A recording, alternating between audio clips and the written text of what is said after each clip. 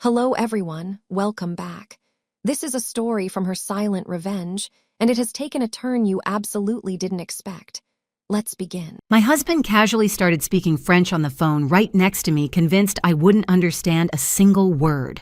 What he didn't know was that I'd secretly been learning the language for 4 years.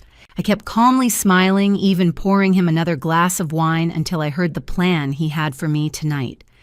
I froze in shock, my hands trembling, but I forced myself to stay calm. I knew there was no turning back.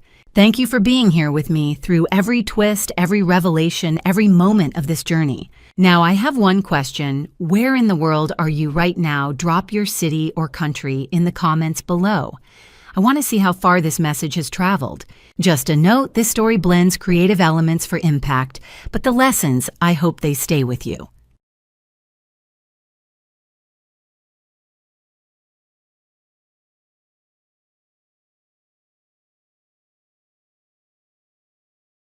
October 15th, 2025, 11:47 p.m. Penthouse 42, 157 West 57th Street, Manhattan. I woke to the sound of a voice I knew too well, low, careful, threading through the darkness like a blade wrapped in silk. Damon was on the phone. I kept my eyes closed, my breathing slow and steady. The bedroom door was cracked open just enough for his words to slip through each one, landing on my skin like ice. He was speaking French, a language he thought I didn't understand. Yes, it's me. Listen carefully. Tomorrow night, I'm going to do it. A pause. Then, no, not violence, just an accident. No one will know. Another pause. The contract with Beaumont Medical Group, $50 million. I froze. $50 million. Beaumont Medical Group was the deal Damon had been chasing for 8 months, the one he said would change everything. He'd flown to Paris twice. He'd hired consultants. He'd even learned conversational French to impress Philippe Beaumont, the CEO. But this conversation wasn't about impressing anyone. This was about murder. Thursday night. Damon continued, his voice steady. I'll do it Thursday night. Ambien in her wine, 10 pills. She'll just fall asleep. The coroner will call it suicide. My heart slammed against my ribs. Thursday night. That was tomorrow. I already forged the note, he said. It's on her laptop. Depression, financial stress, the usual. No one will question it. I bit down on my tongue to keep from gasping. The life insurance. Damon's voice sharpened. $4 million, MetLife. I'm the sole beneficiary. It pays out even for suicide after 2 years. We've been married for 4. $4 million. That was the price of my life. And the penthouse, he continued. I already mortgaged it. $650,000. She signed the power of attorney last year. Well, I signed it for her. The bank doesn't know. I wanted to scream. I wanted to run.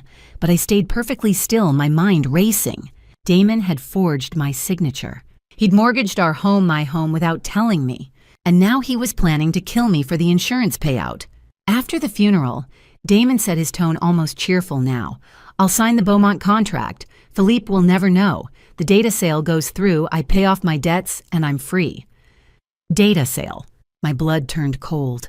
Apex Data Solutions, the company Damon ran, had access to 4.2 million patient records through its partnership with hospitals across the Northeast.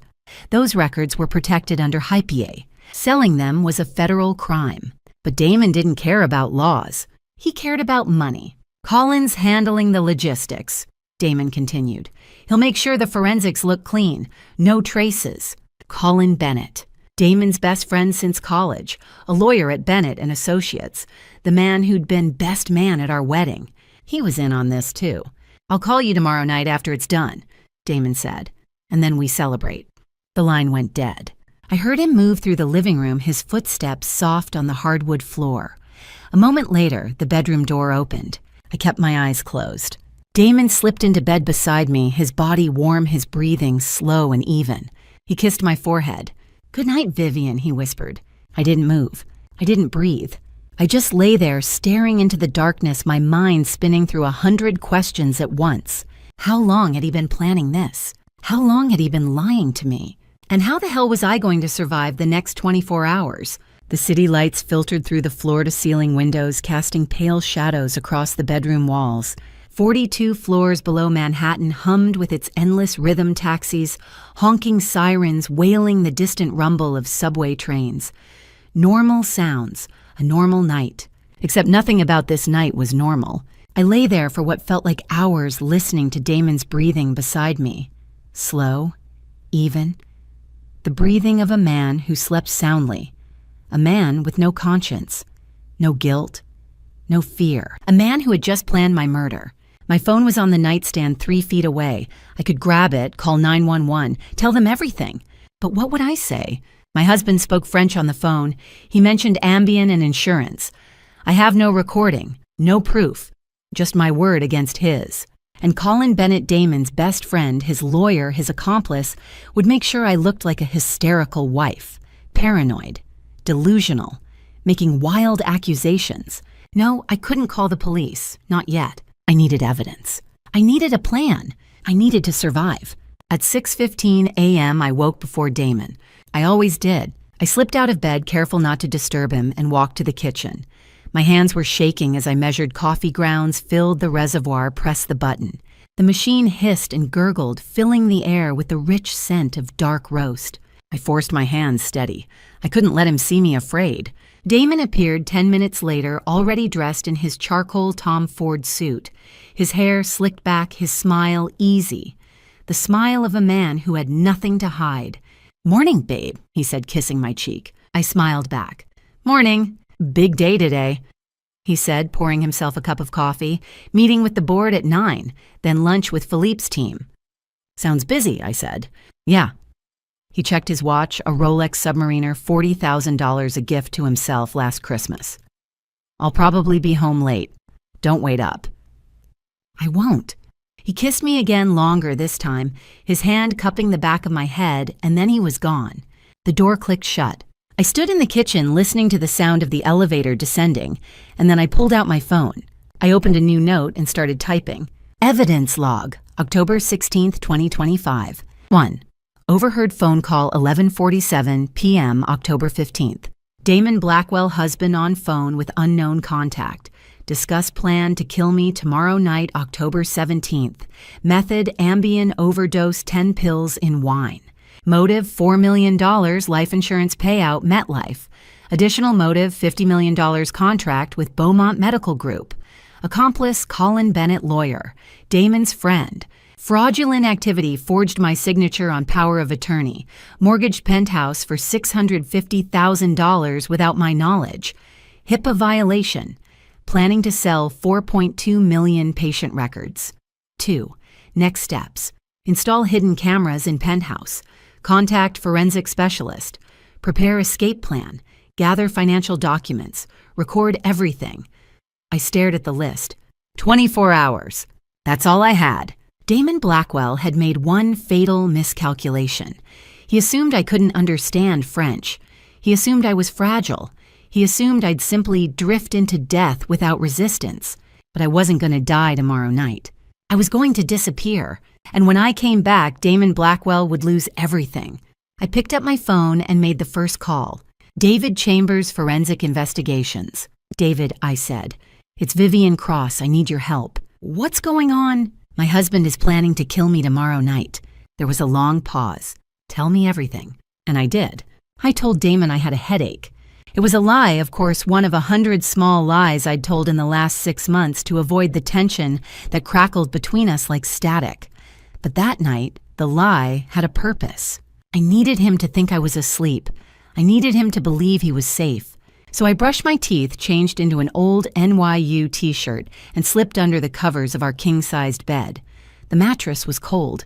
Damon hadn't slept beside me in weeks. He'd claimed the guest room down the hall, citing insomnia and early morning conference calls. Another lie. But I didn't call him on it. I'd stopped fighting battles I couldn't win. Through the half-open door, I heard him moving around the penthouse. The clink of a glass. The scrape of a chair. The muted buzz of his phone. I lay there in the dark, staring at the ceiling, my pulse thrumming in my ears. The city lights filtered through the floor-to-ceiling windows, casting long shadows across the walls. I couldn't stop replaying the phone call from earlier. Post-nup. Insurance. No loose ends. The words circled in my mind like vultures, and then I heard his voice again, low, deliberate, just outside the bedroom door. I held my breath. He was standing in the hallway, maybe 15 feet away near the balcony. His voice was a whisper, but the penthouse's open layout carried sound like an amphitheater. I turned my head slightly, just enough to see the thin strip of light spilling through the crack in the door. "Colin, hey, yeah, I can talk now." My stomach clenched. I forced myself to stay still, to keep my breathing slow and even. If he thought I was awake, if he suspected I was listening, I didn't know what he'd do. "No, she's asleep," Damon said. "She's been out since 9. Complained about a headache." I closed my eyes, my jaw tight. Good, let him think I'm asleep. There was a pause, then. "I'll do it Thursday night. Ambien in her wine. 10 pills. She'll just fall asleep. The coroner will call it suicide." The room tilted. For a moment, I thought I'd misheard. 10 pills, Ambien, suicide. But then Colin's voice crackled through the speaker, faint but audible. "What if she doesn't drink it?" Damon laughed. It was a low, cold sound that made my skin crawl. "She will. I'll tell her I want to fix things. She's desperate for that. She's been trying to save the marriage for months."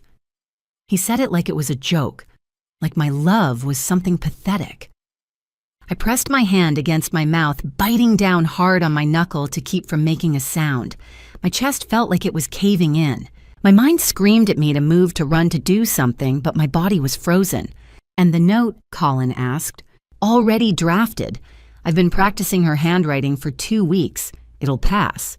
He's been planning this for weeks. The thought hit me like a punch to the gut. While I'd been trying to save us cooking his favorite meals, asking about his day, pretending not to notice the distance he'd been plotting my death. "What about the life insurance?" Colin's voice again. $4 million. Double indemnity clause. It pays out even for suicide as long as the policy's been active for more than 2 years. Ours has been active since 2022. $4 million. That's what my life was worth to him. A payout, a solution to whatever debts or problems he'd buried himself in. "And after," Colin pressed, "after I'm free. The Beaumont contract gets signed on Friday. I'll have $50 million in revenue locked in and no one will suspect anything. Grieving widower, drowning in work to cope with the loss. It's perfect." I couldn't breathe. My lungs felt like they were full of glass. "Just make sure the paperwork's clean," Damon said. "I don't want any flags. No questions from the insurance company, no delays from the coroner. Understand?" "I've got it covered," Colin replied. "But Damon, this is attempted murder if anyone finds out. You need to be sure." "I'm sure." 2 words. Flat, final. No hesitation. He hung up. I lay there in the dark, trembling. My hands were shaking so hard I had to tuck them under the pillow to keep them still. I wanted to scream. I wanted to run. I wanted to call the police, the FBI, anyone who could stop this. But I didn't. Because the man standing 15 feet away, the man I'd married, the man I'd trusted, the man I'd loved, was planning to kill me in 48 hours. And if he knew I'd overheard, he might not wait until Thursday. I forced myself to keep breathing. Slow. Even. The way someone who was asleep would breathe. From the hallway, I heard Damon's footsteps. They paused outside the bedroom door. My entire body went rigid. "Please don't come in, please don't come in." The door creaked open a few inches. Light spilled across the floor. I could feel him watching me, his shadow falling over the bed.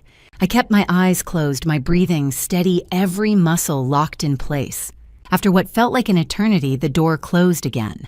His footsteps retreated down the hall. A moment later, I heard the guest room door click shut. Only then did I let myself move. I sat up slowly, my heart hammering, my hands pressed against my face. Tears I didn't remember crying were wet on my cheeks. I wiped them away, my breath coming in short, ragged gasps. Thursday night. Ambien. Suicide. I had 48 hours. 48 hours to figure out how to stop him. 48 hours to gather proof. 48 hours to decide whether I was going to run or fight. And as I sat there in the dark, the city glittering outside like it didn't care whether I lived or died, I made a choice. I wasn't going to run. I wasn't going to let him win. I had 48 hours to save my own life. And I wasn't going to just survive, I was going to make sure he paid for every word. I woke up that morning with a plan: survive until breakfast, then run. The penthouse was bathed in pale morning light. Outside, the city was already awake, taxis, honking construction crews drilling the distant wail of a siren. Normal sounds. A normal day. Except nothing about today was normal. I slipped out of bed and padded to the kitchen.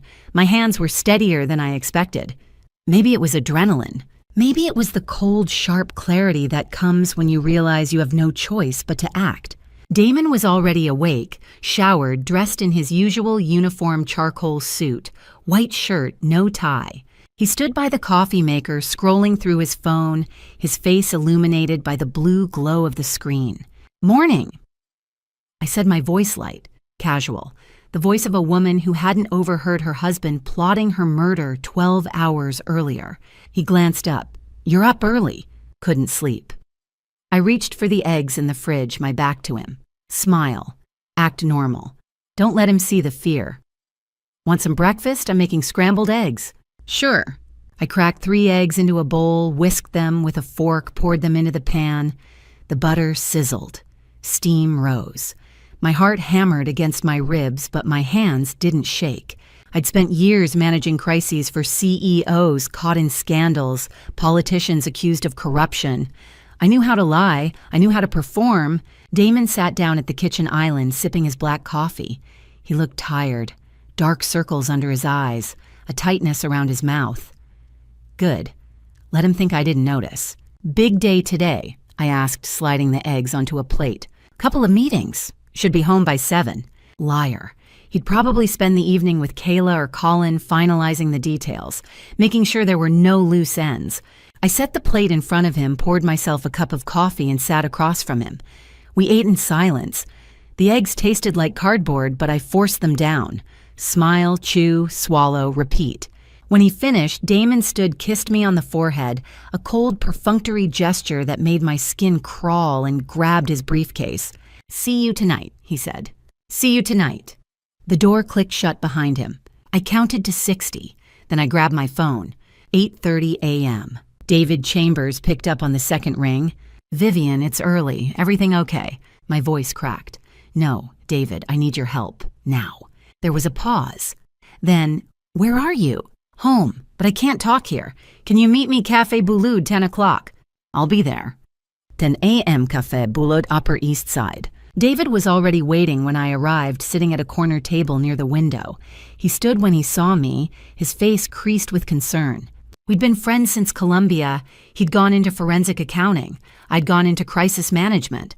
Over the years, we'd stayed close. He was one of the few people I trusted completely. "What happened?" he asked as I sat down. I glanced around the cafe. It was quiet, just a handful of early risers sipping espresso, reading newspapers. No one was paying attention to us. I leaned forward, keeping my voice low. "Damon's going to kill me." David's expression didn't change. He just stared at me, waiting for the punchline. When it didn't come, his face went pale. "What?" "Thursday night, he's going to poison me with Ambien, 10 pills in my wine, then stage it to look like suicide." "Vivian," I overheard him, "David, last night. He was on the phone with Colin Bennett, his lawyer. They've been planning this for weeks. There's a forged suicide note, a life insurance payout. $4 million.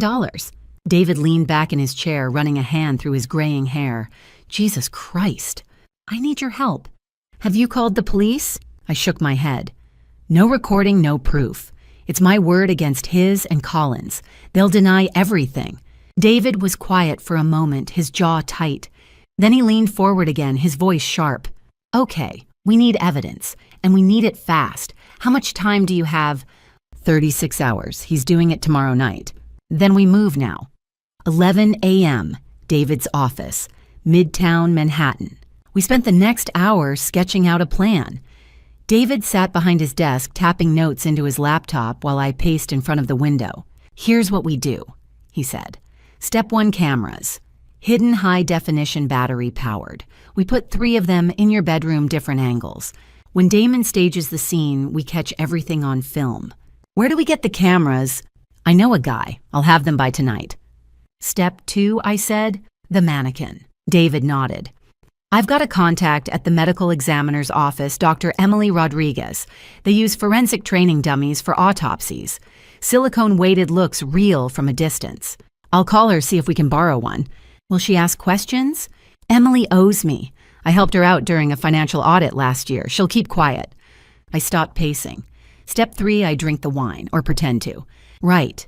You fake it. Sip, don't swallow. Once he thinks you're out, we swap you for the dummy. You leave through the service elevator, hide at my place. Damon comes back, sees the body, calls 911. By morning, the coroner discovers it's not real. And step 4. I said slowly, we let him think I'm dead. Let him go to the gala Friday night. Then I show up. David looked at me. His eyes dark. You understand what you're asking, right? You're letting him believe he succeeded. If something goes wrong, if he finds out before the gala, I know. This is dangerous, Vivian. So is doing nothing. He was quiet for a long moment. Then he nodded. All right, we do this, but we do it my way. No improvising, no risks. You follow the plan exactly. I will. David stood holding out his hand. I shook it. We've got 36 hours, he said. Let's make them count. I left his office just after noon, stepping out into the bright October sunshine. The city moved around me, tourists snapping photos, food trucks serving lunch brokers shouting into phones. Normal. Oblivious. But my mind was already racing ahead. Cameras, mannequin, wine, gala. The plan was set. Now I just had to survive long enough to execute it. But before I could spring the trap, I needed to know what else Damon had taken from me. And that meant digging into places I'd never thought to look. I walked into Damon's office building carrying 2 blue bottle lattes and a smile I didn't feel. The lobby was all glass and steel, the kind of place designed to impress investors. A security guard nodded at me as I passed through the turnstile. The receptionist, a young woman named Ashley, glanced up from her desk. Mrs. Blackwell, hi, is Damon expecting you? No, I'm just dropping off coffee. I held up the cups. He forgot his this morning. Ashley smiled. He's in a meeting right now, but you can leave it in his office if you want. Perfect, thanks. I took the elevator to the 12th floor, my heart pounding against my ribs. The office was open-plan rows of standing desks, developers hunched over dual monitors, the low hum of Slack notifications and keyboard clicks. Damon's corner office was at the far end, separated from the rest by floor-to-ceiling glass walls.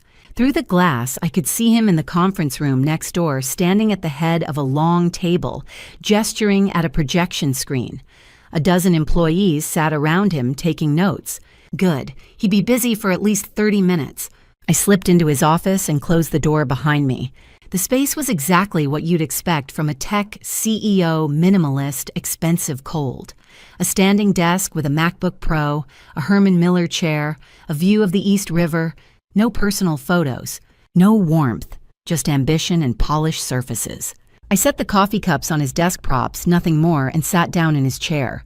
My hands were shaking. I flexed my fingers, took a breath, and opened his laptop. The screen lit up. Password required. I hesitated for only a second. Then I typed Apex $2022 . The desktop appeared. Damon had always been lazy with passwords. He used the same one for everything: his email, his bank accounts, even our shared Netflix. I told him 100 times it was a security risk. He'd never listened. Now his arrogance was going to cost him. I opened his email first. The inbox was a mess, hundreds of unread messages, flagged items, threads with investors and attorneys. I searched for my name, Vivian. 17 results. The first email made my stomach turn. From Madison Thornton, m.thornton@apexdata.com, to Damon Blackwell, d.blackwell@apexdata.com. Date, October 10th, 2025, 9:42 a.m. Subject P. OA, Final Draft. Damon. Attached is the final scan of the power of attorney. I used the signature sample you gave me. Notary seal looks legit. Collins guy did a good job. Chase should approve the mortgage by Friday.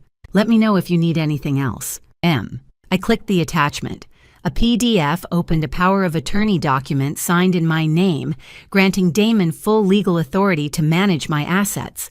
The signature looked perfect, almost identical to mine, but I'd never signed it. My hands were trembling now. I screenshotted the email, the PDF everything. Next, I opened his file explorer. There was a folder labeled Confidential 2025. I clicked it. Inside bank statements, wire transfer receipts, spreadsheets tracking gambling losses.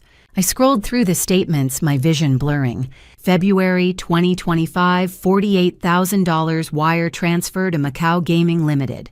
March 2025, $72,000 to Cayman Betting Corporation. May 2025, $105,000 to Palazzo Casino Las Vegas. August 2025, $150,000 to offshore account Bermuda. The total at the bottom of the spreadsheet, $653,400. $653,000. Gone. Gambled away in 8 months. And to cover it, he'd forged my signature and mortgaged my penthouse. I took photos of every page my phone camera clicking softly in the silent office. Then I found the contract. Draft Agreement, Apex Data Solutions, and Beaumont Medical Group, Data Security Partnership. Total value $50 million, over 3 years. Signing date. October 18th, 2025, pending final approval. Primary contact, Philippe Beaumont, founder and CEO. $50 million. That's what Damon was chasing. That's why he needed me dead, so he could sign this deal without the distraction of a messy divorce, without anyone asking questions about the forged mortgage. I was an obstacle, a problem to be eliminated. I photographed the contract, my jaw clenched so tight my teeth hurt. Then I saw the text messages. Damon's iMessage was synced to his laptop. I opened the thread with Kayla Rivers. The most recent message was from this morning. Damon, 8:47 a.m. baby. Once this deal closes, we'll fly to Monaco together. First class 5-star the works. Vivian won't be a problem anymore. Kayla, 8:50 a.m. Can't wait. I'm so tired of hiding. Damon, 8:52 a.m. Just 2 more days, then we're free. I stared at the screen, nausea rising in my throat. Vivian won't be a problem anymore. Not we'll get divorced. Not I'll leave her. Won't be a problem, because I'd be dead. I took a photo of the messages. Then I scrolled further back, finding dozens of texts. Hotels they'd stayed at, restaurants they'd visited, plans they'd made for a future that didn't include me. Kayla wasn't just a mistress. She was his escape plan. I closed the laptop, my hands shaking so hard I almost dropped my phone. I stood up, smoothed my dress, picked up the coffee cups. Through the glass wall, I could see Damon still in the conference room laughing at something someone said. He looked so normal, so successful. No one in that room knew what he was. I walked out of his office, past the rows of desks, past Ashley at reception. Have a good day, Mrs. Blackwell. You too. 3:20 p.m., outside 55 Water Street. I stood on the sidewalk, the autumn wind biting at my face, and sent the photos to David. Me got everything. Forged POA gambling debts, Beaumont contract texts with mistress. He's been planning this for months. David's reply came 30 seconds later. David, Jesus, this is enough to bury him. Are you safe? Me for now. I'm going home. I slipped my phone into my pocket and started walking.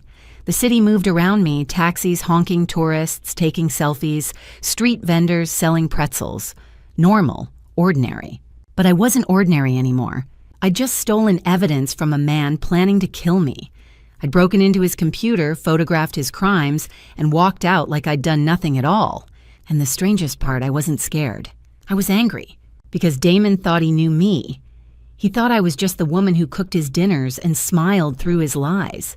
He thought I was weak. Yet a deeper secret remained, one Damon had never thought to investigate. When the moment arrived, that secret would become his undoing. I spread the photos across David's coffee table like evidence at a crime scene. Forged power of attorney, wire transfers to offshore casinos, text messages with Kayla, the Beaumont contract, 23 images, each one a nail in Damon's coffin. David leaned forward, scrolling through them on his laptop. His face was grim. Outside the city hummed sirens, wailing, honking taxis, the rhythm of 8 million lives moving forward, while mine hung in the balance. Jesus, Vivian. He zoomed in on the POA. This is textbook mortgage fraud, federal crime, 10 years minimum. That's not even the worst part. He glanced up. Look at the gambling debts, $653,000 in 8 months. Macau, Cayman Islands, Bermuda. I pointed at the screen. He's not just broke, David. He's drowning. David pulled up another window, a credit report he'd run earlier. I checked his financials this afternoon. 5 maxed out credit cards, a defaulted business loan. His credit score's 490. No legitimate bank will touch him. So he borrowed from loan sharks. Has to be, offshore probably. Those guys don't care about credit scores, they just want their money, and if they don't get it, he trailed off. They come for him. Exactly. David leaned back, rubbing his eyes. That's why he needs the insurance payout. $4 million. It's the only way out. I felt sick.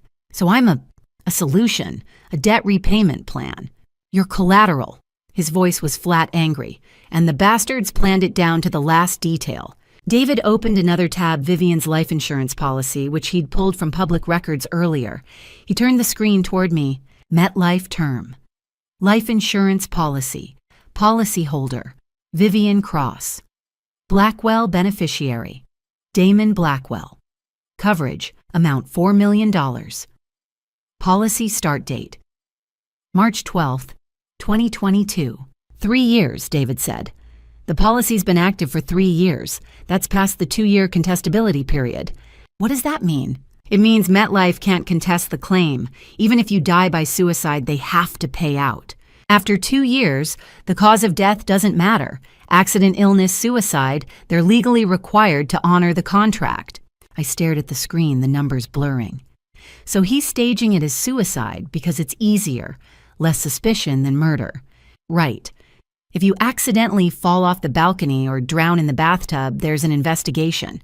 Detectives' forensics questions. But suicide, especially with a note, most coroners close the case in 48 hours. It's textbook. I stood up, pacing to the window. Below, pedestrians hurried past, oblivious. He's thought of everything. Not everything. David stood walking to a cabinet in the corner. He pulled out a small black case, the kind doctors use for emergency supplies. Because he doesn't know we're 10 steps ahead. He set the case on the table and opened it. Inside, 3 objects. First, a small glass vial filled with clear liquid. Flumazenol, David said. Emergency antidote for Ambien. If Damon somehow forces you to actually drink the wine and you swallow, you inject this into your thigh. Right here. He pointed at his outer thigh. 2 milliliters. It'll reverse the sedative effects in under 2 minutes. Will it hurt? Less than dying. I took the vial, turning it over in my hands. The liquid caught the light. What if I don't need it? Then you don't use it. But we're not taking chances. He pulled out a second item, a small syringe preloaded. Auto-injector. Just press it against your leg and push the button. Easy. I slipped both into my purse. Next, David lifted 3 tiny black devices, each no bigger than a USB drive. Hidden cameras. 4K resolution, 180-degree wide-angle lens, night vision. Battery lasts 72 hours. Motion activated so they won't record until someone enters the room. He handed them to me. They were lighter than I expected. Where do I put them? Bedroom. 3 angles, 1 on the bookshelf, 1 inside the alarm clock on your nightstand, 1 in the lamp across from the bed. They'll capture everything, Damon entering, placing the fake suicide note, staging the scene. When he calls 911 tomorrow morning, we'll have it all on film. I studied the cameras, imagining them hidden in plain sight, silent witnesses to attempted murder. And the mannequin. David checked his watch. Emily's delivering it tomorrow evening, 8 p.m. service elevator. I'll be there to help set it up. Damon won't see anything, he'll still be at the office. What does it look like? Like you. Same height, same weight. Medical-grade silicone, realistic skin tone. From a distance, especially in low light, it's perfect. We'll dress it in your pajamas, position it on the bed, and you'll leave through the service elevator before Damon gets home. I sat down again, the weight of it settling over me. Tomorrow night, 24 hours from now. Damon would pour poison into my wine, watch me fall asleep, stage my death, and go to bed thinking he'd gotten away with murder. But he wouldn't know I was alive. He wouldn't know I was watching. One more thing, David said, his voice softer now. After you leave tomorrow night, you stay at my place. No phones, no social media, no contact with anyone. As far as the world's concerned, you're missing. Then Friday night at the gala, you walk in and destroy him. I looked up. What if something goes wrong? It won't. But if it does, Vivian. He sat down across from me, his eyes steady. I've been doing forensic investigations for 25 years. I've taken down corrupt CEOs, mob accountants, embezzlers. This guy, he gestured at the photos. He's sloppy, arrogant. He thinks you're too weak to fight back. That's his mistake.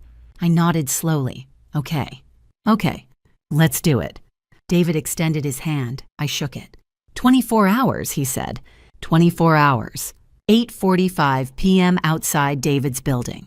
I walked home through the October chill hands in my coat pockets, cameras, and flumazenil tucked safely in my purse. The city felt different tonight, sharper, louder, more alive. Maybe it was adrenaline, maybe it was clarity. Tomorrow night, Damon would believe he'd killed me. But before that, I needed one last normal evening, one final performance as the wife he thought he knew. At 7:30 that Thursday evening, I started boiling water for pasta. The kitchen smelled like salt and steam. I set a cast iron pan on the Viking range, turned the heat to medium, and began chopping guanciale Italian cured pork, the real stuff, not the bacon most American recipes called for. Damon had always been particular about his carbonara. No cream, no garlic, just eggs. Parmigiano Reggiano, black pepper, and crispy pork fat tossed with hot spaghetti. It was his favorite meal, the one I'd made him on our first anniversary, the one he'd requested after every hard day at work back when we still pretended to love each other. Tonight it would be the last meal I ever cooked for him. I moved through the motions like a machine, crack eggs into a bowl, whisk in grated cheese, grind black pepper until my wrist ached.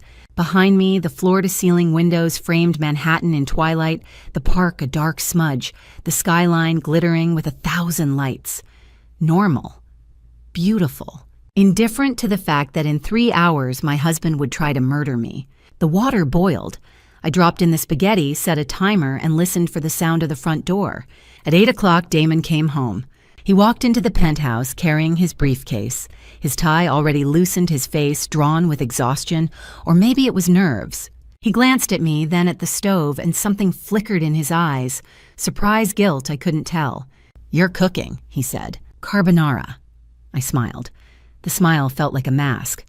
I thought, maybe we could have a nice dinner. Just the two of us. He set down his briefcase slowly. "That's thoughtful. Go wash up. It'll be ready in 5 minutes." He disappeared into the bedroom. I heard the water running in the bathroom, the muffled thud of his shoes hitting the floor.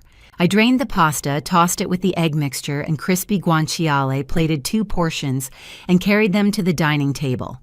The table was set simply 2 plates, 2 forks, 2 linen napkins.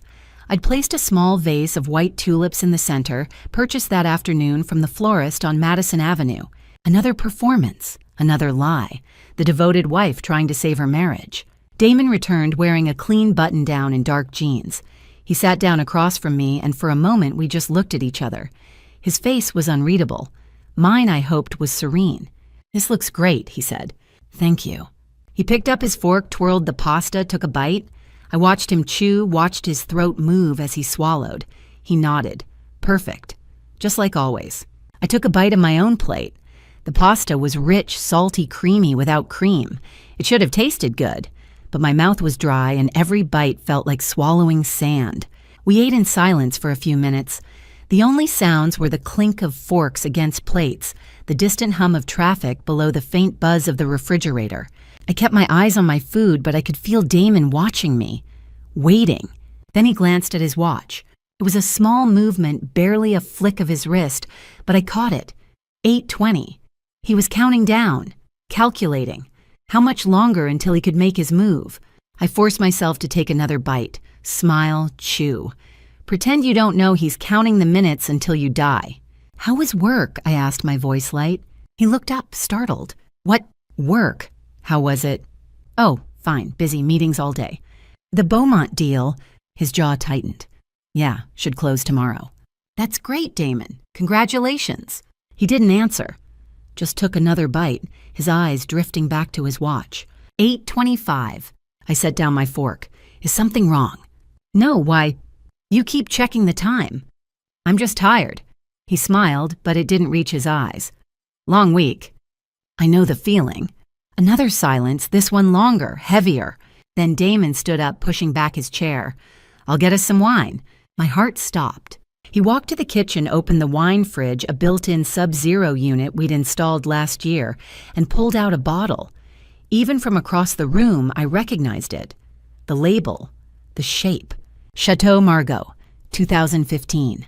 He carried it to the table along with 2 Riedel glasses and set them down carefully.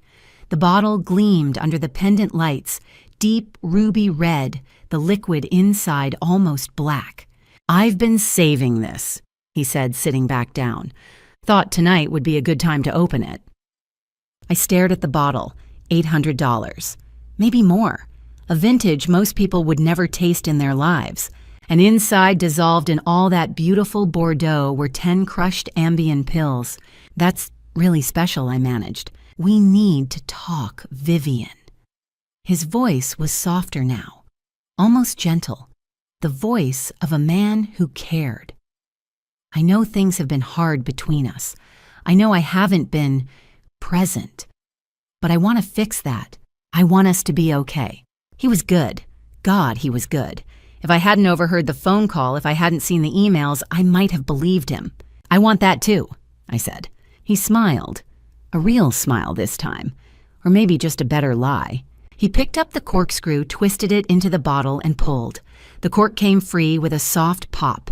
He poured 2 glasses full, generous, pours the wine, swirling, dark, and thick. He slid one across the table to me. To us, he said, raising his glass. I picked up mine. The glass was cool in my hand, the wine inside almost black in the dim light. I could see my reflection in its surface, distorted, wavering, barely recognizable. To us, I echoed. Damon took a sip. I watched his throat move as he swallowed. He set down his glass, watching me expectantly. I lifted mine to my lips. And I looked at the bottle of Chateau Margaux on the table, 2015, a vintage worth more than most people's monthly rent. And I knew that inside, dissolved in $800 of Bordeaux, were 10 pills meant to stop my heart. At 10:30, the moment arrived. The glass touched my lips, cool, smooth, the wine inside so dark it looked like liquid night. I could smell it now, up close, blackcurrant oak, and beneath those rich notes, something faintly medicinal. The Ambien. 10 pills crushed to powder, dissolved in $800 of Bordeaux. Across the table, Damon watched me, his own glass halfway to his mouth, waiting. Don't swallow, just touch your lips. Breathe through your nose. I tilted the glass slowly, felt the wine wet my lips. The taste hit my tongue, rich, tannic, bitter, with an aftertaste that didn't belong. I let it sit there for half a second, then pulled the glass away, swallowing air instead of liquid. My throat moved convincingly. I wiped my mouth with the back of my hand casual and set the glass down. Good, Damon asked, his voice careful. Incredible. I smiled. I can taste the oak and something sweet cherry. Blackcurrant, classic Margaux profile. He took another sip, his eyes never leaving mine. I'm glad you like it. I picked up the glass again, brought it to my lips, repeated the motion. Tilt, lips wet, fake swallow. A performance I'd rehearsed with David yesterday, practiced in front of the bathroom mirror this morning. My pulse hammered in my ears, but I kept my face relaxed, curious, like a woman savoring expensive wine with her husband. Damon finally looked away, glancing at his watch. 10:32. You know, he said, his voice softer now, almost tender. I've been thinking a lot about us lately, about what went wrong. I took another fake sip, let the wine barely touch my tongue. Yeah, I think we stopped talking, stopped really seeing each other. He leaned forward, elbows on the table. I want to change that. I want to try again. The irony was suffocating. He hadn't seen me, truly seen me in years, hadn't asked about my work, my dreams, the person I was beneath the role of wife. And now, as he sat there poisoning me, he wanted to discuss emotional intimacy. I think you're right, I said quietly. He reached across the table, took my hand. His palm was warm, slightly damp, nervous maybe, or excited.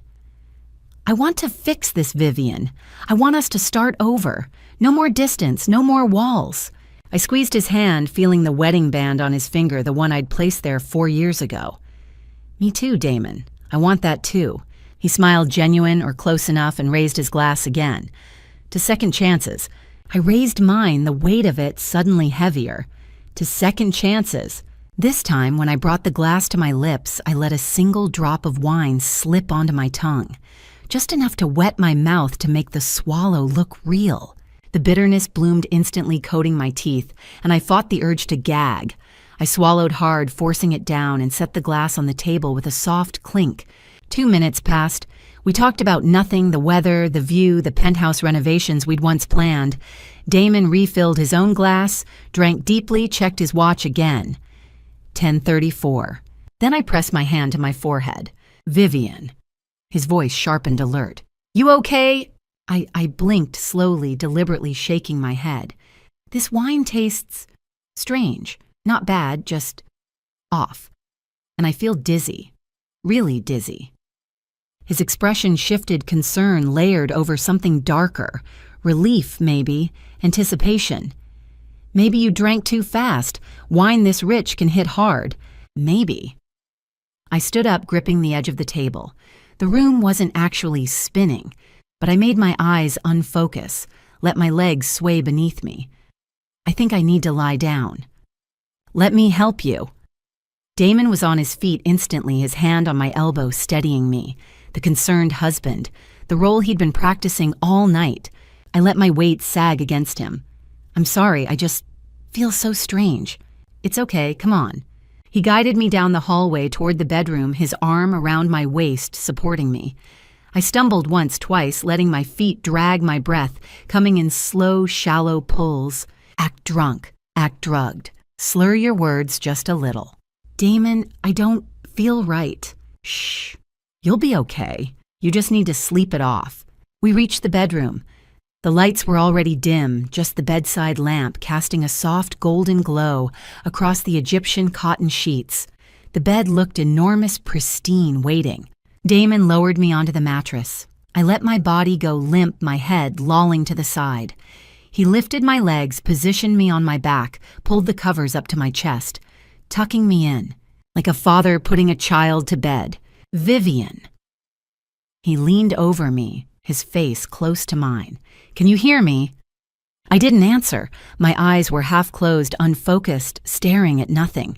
My breathing slow and even the rhythm of someone slipping under. He straightened, watching me for a long moment. Then he reached down and pressed 2 fingers to the side of my neck, just below my jaw, checking my pulse. I forced myself to stay absolutely still, to keep my heartbeat steady, 60 beats per minute, controlled calm. To breathe like someone deeply asleep, not someone terrified of being discovered. Don't flinch. Don't react. You're unconscious. You're dying. His fingers lingered there for what felt like an eternity. 5 seconds, 10, 15. I counted each beat of my own heart and prayed he didn't know what a real Ambien overdose pulse should feel like. Slow, thready, irregular. Finally, he pulled his hand away. Sleep well, Vivian, he whispered. Then he turned and walked out of the room. The door clicked shut behind him. Darkness, silence, the faint distant hum of the city 42 floors below. I lay there frozen, every muscle locked in place. I counted in my head, forcing myself to wait, to be absolutely sure he wasn't coming back. 1, 2, 3. His footsteps receded down the hallway. 10, 11, 12. I heard the sound of running water. The bathroom. He was washing his hands. Or maybe his face. Maybe he couldn't look at himself in the mirror yet. 20, 30, 40. The water stopped. More footsteps. The guest bedroom door opening, then closing with a soft thud. 50, 60, 70. Silence now. Complete and absolute. 80, 90, 100. I opened my eyes. The bedroom was exactly as he'd left it. Dim quiet, the covers tucked around me like a shroud. But I was alive. My heart was beating, my lungs were breathing, and Damon Blackwell thought I was dying. The moment Damon's guest room door clicked shut down the hall, I moved. I sat up, slowly listening. Silence. Just the hum of the city 42 floors below and the faint creak of old pipes. I grabbed my phone from under the pillow where I'd hidden it earlier, typed one word and sent. Me now. David, 10 minutes. I swung my legs off the bed, my bare feet hitting the cold hardwood. My hands were shaking, not from fear, but from pure adrenaline. I just faked my own death. In 10 minutes, I'd become a ghost. I changed quickly, pulling on jeans and a black sweater I'd hidden in the back of the closet that afternoon. My heart hammered as I stuffed my phone wallet and the flumazenil syringe into a small crossbody bag. Everything else, my clothes, my laptop, my entire life would stay here. Evidence of a woman who no longer existed. At 11:10:03, soft knocks echoed from the service entrance. I crossed the penthouse in the dark, bypassing the main hallway where Damon slept, and opened the back door. David stood there in a maintenance uniform, navy coveralls, a clipboard, a Yankees cap pulled low over his eyes. Behind him, a large black duffel bag rested on a dolly. "You okay?" he whispered. I nodded. "Let's move." He wheeled the dolly inside and we worked in near silence. He unzipped the duffel and together we lifted the mannequin out 65 kilograms of medical-grade silicone, startlingly realistic, even in the dim light. Its face was blank generic, but the proportions matched mine exactly, same height, same build, same shoulder-length brown hair. We carried it to the bedroom. I stripped off the spare pajamas I'd left folded on the chair earlier, a white cotton set identical to the one I'd been wearing, and dressed the mannequin while David positioned it on the bed. We worked fast movements practiced. Lay it on its back, turn the head slightly to the right, drape one arm across the stomach, the other beside the pillow, pull the covers up to mid-chest. From 2 feet away in the dim glow of the bedside lamp, it looked like a woman sleeping. From 10 feet away, it looked like me. "Cameras," David whispered. I checked my phone. The app showed 3 live feeds: bookshelf angle, alarm clock angle, lamp angle. 3 green dots, all active. Live. David nodded. "Go, I'll lock up behind you." I took one last look at the bedroom. The mannequin lay still, serene, illuminated by the soft golden light. A perfect corpse waiting to be discovered. Then I turned and walked out. We took the service elevator down to the parking garage, a route I'd used exactly twice in 4 years, both times to avoid running into Damon's business associates in the main lobby. The elevator was narrow, industrial, smelling faintly of cleaning chemicals and motor oil. David stood beside me, the empty duffel bag folded under his arm. "You good?" he asked quietly. "Yeah." My voice sounded strange, thin, like it belonged to someone else. The elevator doors opened onto the garage. We crossed to David's car, a gray Honda Accord, unremarkable, the kind of vehicle that disappeared in New York traffic. I climbed into the passenger seat and he pulled out onto West 57th Street, merging into the late-night flow. Manhattan blurred past the window. Yellow taxis. Late-night pedestrians bundled against the October chill. The bright neon glow of bodega signs. Everything normal. Everything oblivious. I was invisible now. A dead woman driving through the city she'd called home. At 11:35, we arrived at David's apartment building in Midtown East. He lived simply one-bedroom, minimalist furniture walls lined with forensic accounting textbooks and legal briefs. He set up his laptop on the coffee table and pulled up the camera feeds. 3 screens, 3 angles, the bedroom frozen in time. "He hasn't gone back yet?" I asked, my voice barely above a whisper. "Not yet." David handed me a glass of water. "Give him time. He's probably working up the courage." I sat on the couch, staring at the screens, my hands wrapped around the cold glass. My pulse was still racing, my hands still trembling. I felt untethered, like I'd cut myself loose from gravity and was floating somewhere outside my own life. At 11:40, there was movement on the center screen. The camera hidden in the alarm clock, the one with the best angle of the bedroom door, captured it first. The door opened slowly, almost hesitantly. Damon stepped inside. He was still fully dressed, his shirt untucked, his hair disheveled like he'd been running his hands through it. He carried 3 objects, a folded piece of paper, an empty prescription bottle, and a wine glass.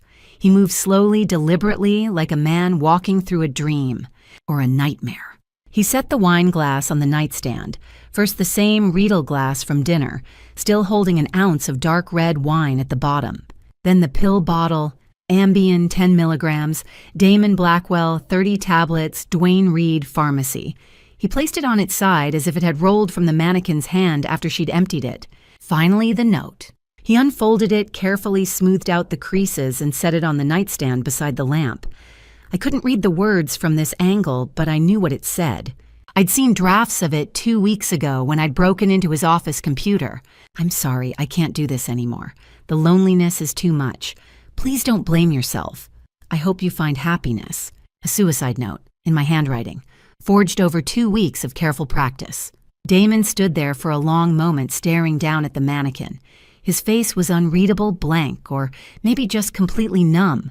Then he reached out, hesitated for a heartbeat, and gently pulled the covers up higher, tucking them around the mannequin's shoulders. A tender gesture, almost loving, from a man who'd just murdered his wife. He stepped back, his shoulders sagging under some invisible weight. He glanced around the room one last time, checking. I realized to make sure everything looked exactly right. The pill bottle, the wine glass, the note, the body. Perfect. Then he turned toward the door and stopped. He looked back over his shoulder at the mannequin, his hand resting on the door frame. His lips moved. On David's laptop, the audio crackled faintly, the sensitive microphone picking up the whisper. "Goodbye, Vivian." 2 words, barely audible, but I heard them. I sat frozen on David's couch, staring at the screen, watching my husband say goodbye to the woman he thought he'd killed, watching him close the door, watching him walk away. When Damon closed the bedroom door for the last time, he whispered, "Goodbye, Vivian." Through the camera feed, I watched his lips form the words, watched the way his hand lingered on the doorframe as if he couldn't quite let go. What he couldn't see, what he'd never suspected, was that every second of his performance was being recorded. 3 cameras, 3 angles, and a woman who'd already decided he would pay for every lie. I didn't sleep. I couldn't. Between 11:45 and 7 that morning, I sat on David's couch with my knees pulled to my chest, staring at his laptop screen. 3 camera feeds, 3 angles. The bedroom where a silicone mannequin lay in my place, waiting to be discovered. David had offered me the bed, but I'd refused. I needed to watch. I needed to see every moment of what happened next. Around 3 in the morning, David made coffee. Strong black scalding. I wrapped my hands around the mug and didn't drink. Around 5, the sky outside his window began to pale October dawn creeping over Manhattan's skyline. The city woke up. Delivery trucks rumbled past. Early risers hurried to subway stations. And I waited. At 6:58, movement on the center screen. The guest bedroom door opened. Damon stepped into the hallway wearing the same clothes from last night, wrinkled shirt, dark jeans. His hair stuck up on one side. He looked like a man who hadn't slept, or a man who'd slept very well. He walked slowly toward the master bedroom, his footsteps audible through the camera's sensitive microphone. Hesitant, like he was afraid of what he'd find, or like he was making sure his performance looked convincing. At exactly 7 o'clock, he pushed open the bedroom door. For 5 seconds, he just stood there in the doorway staring at the mannequin on the bed. His face was blank, empty. Then, as if someone had flipped a switch, his expression crumpled. "Vivian," his voice cracked. "Vivian, no." He rushed to the bed, fell to his knees beside it, reached out toward the mannequin's face, then stopped his hand, hovering inches away, trembling. "Smart. Don't touch. Don't disturb the scene." "No, no, no." He pressed his hands to his face, his shoulders shaking. From this angle, it looked real. It looked like a man discovering his wife's body. It looked like grief. Then he grabbed his phone from his pocket and dialed.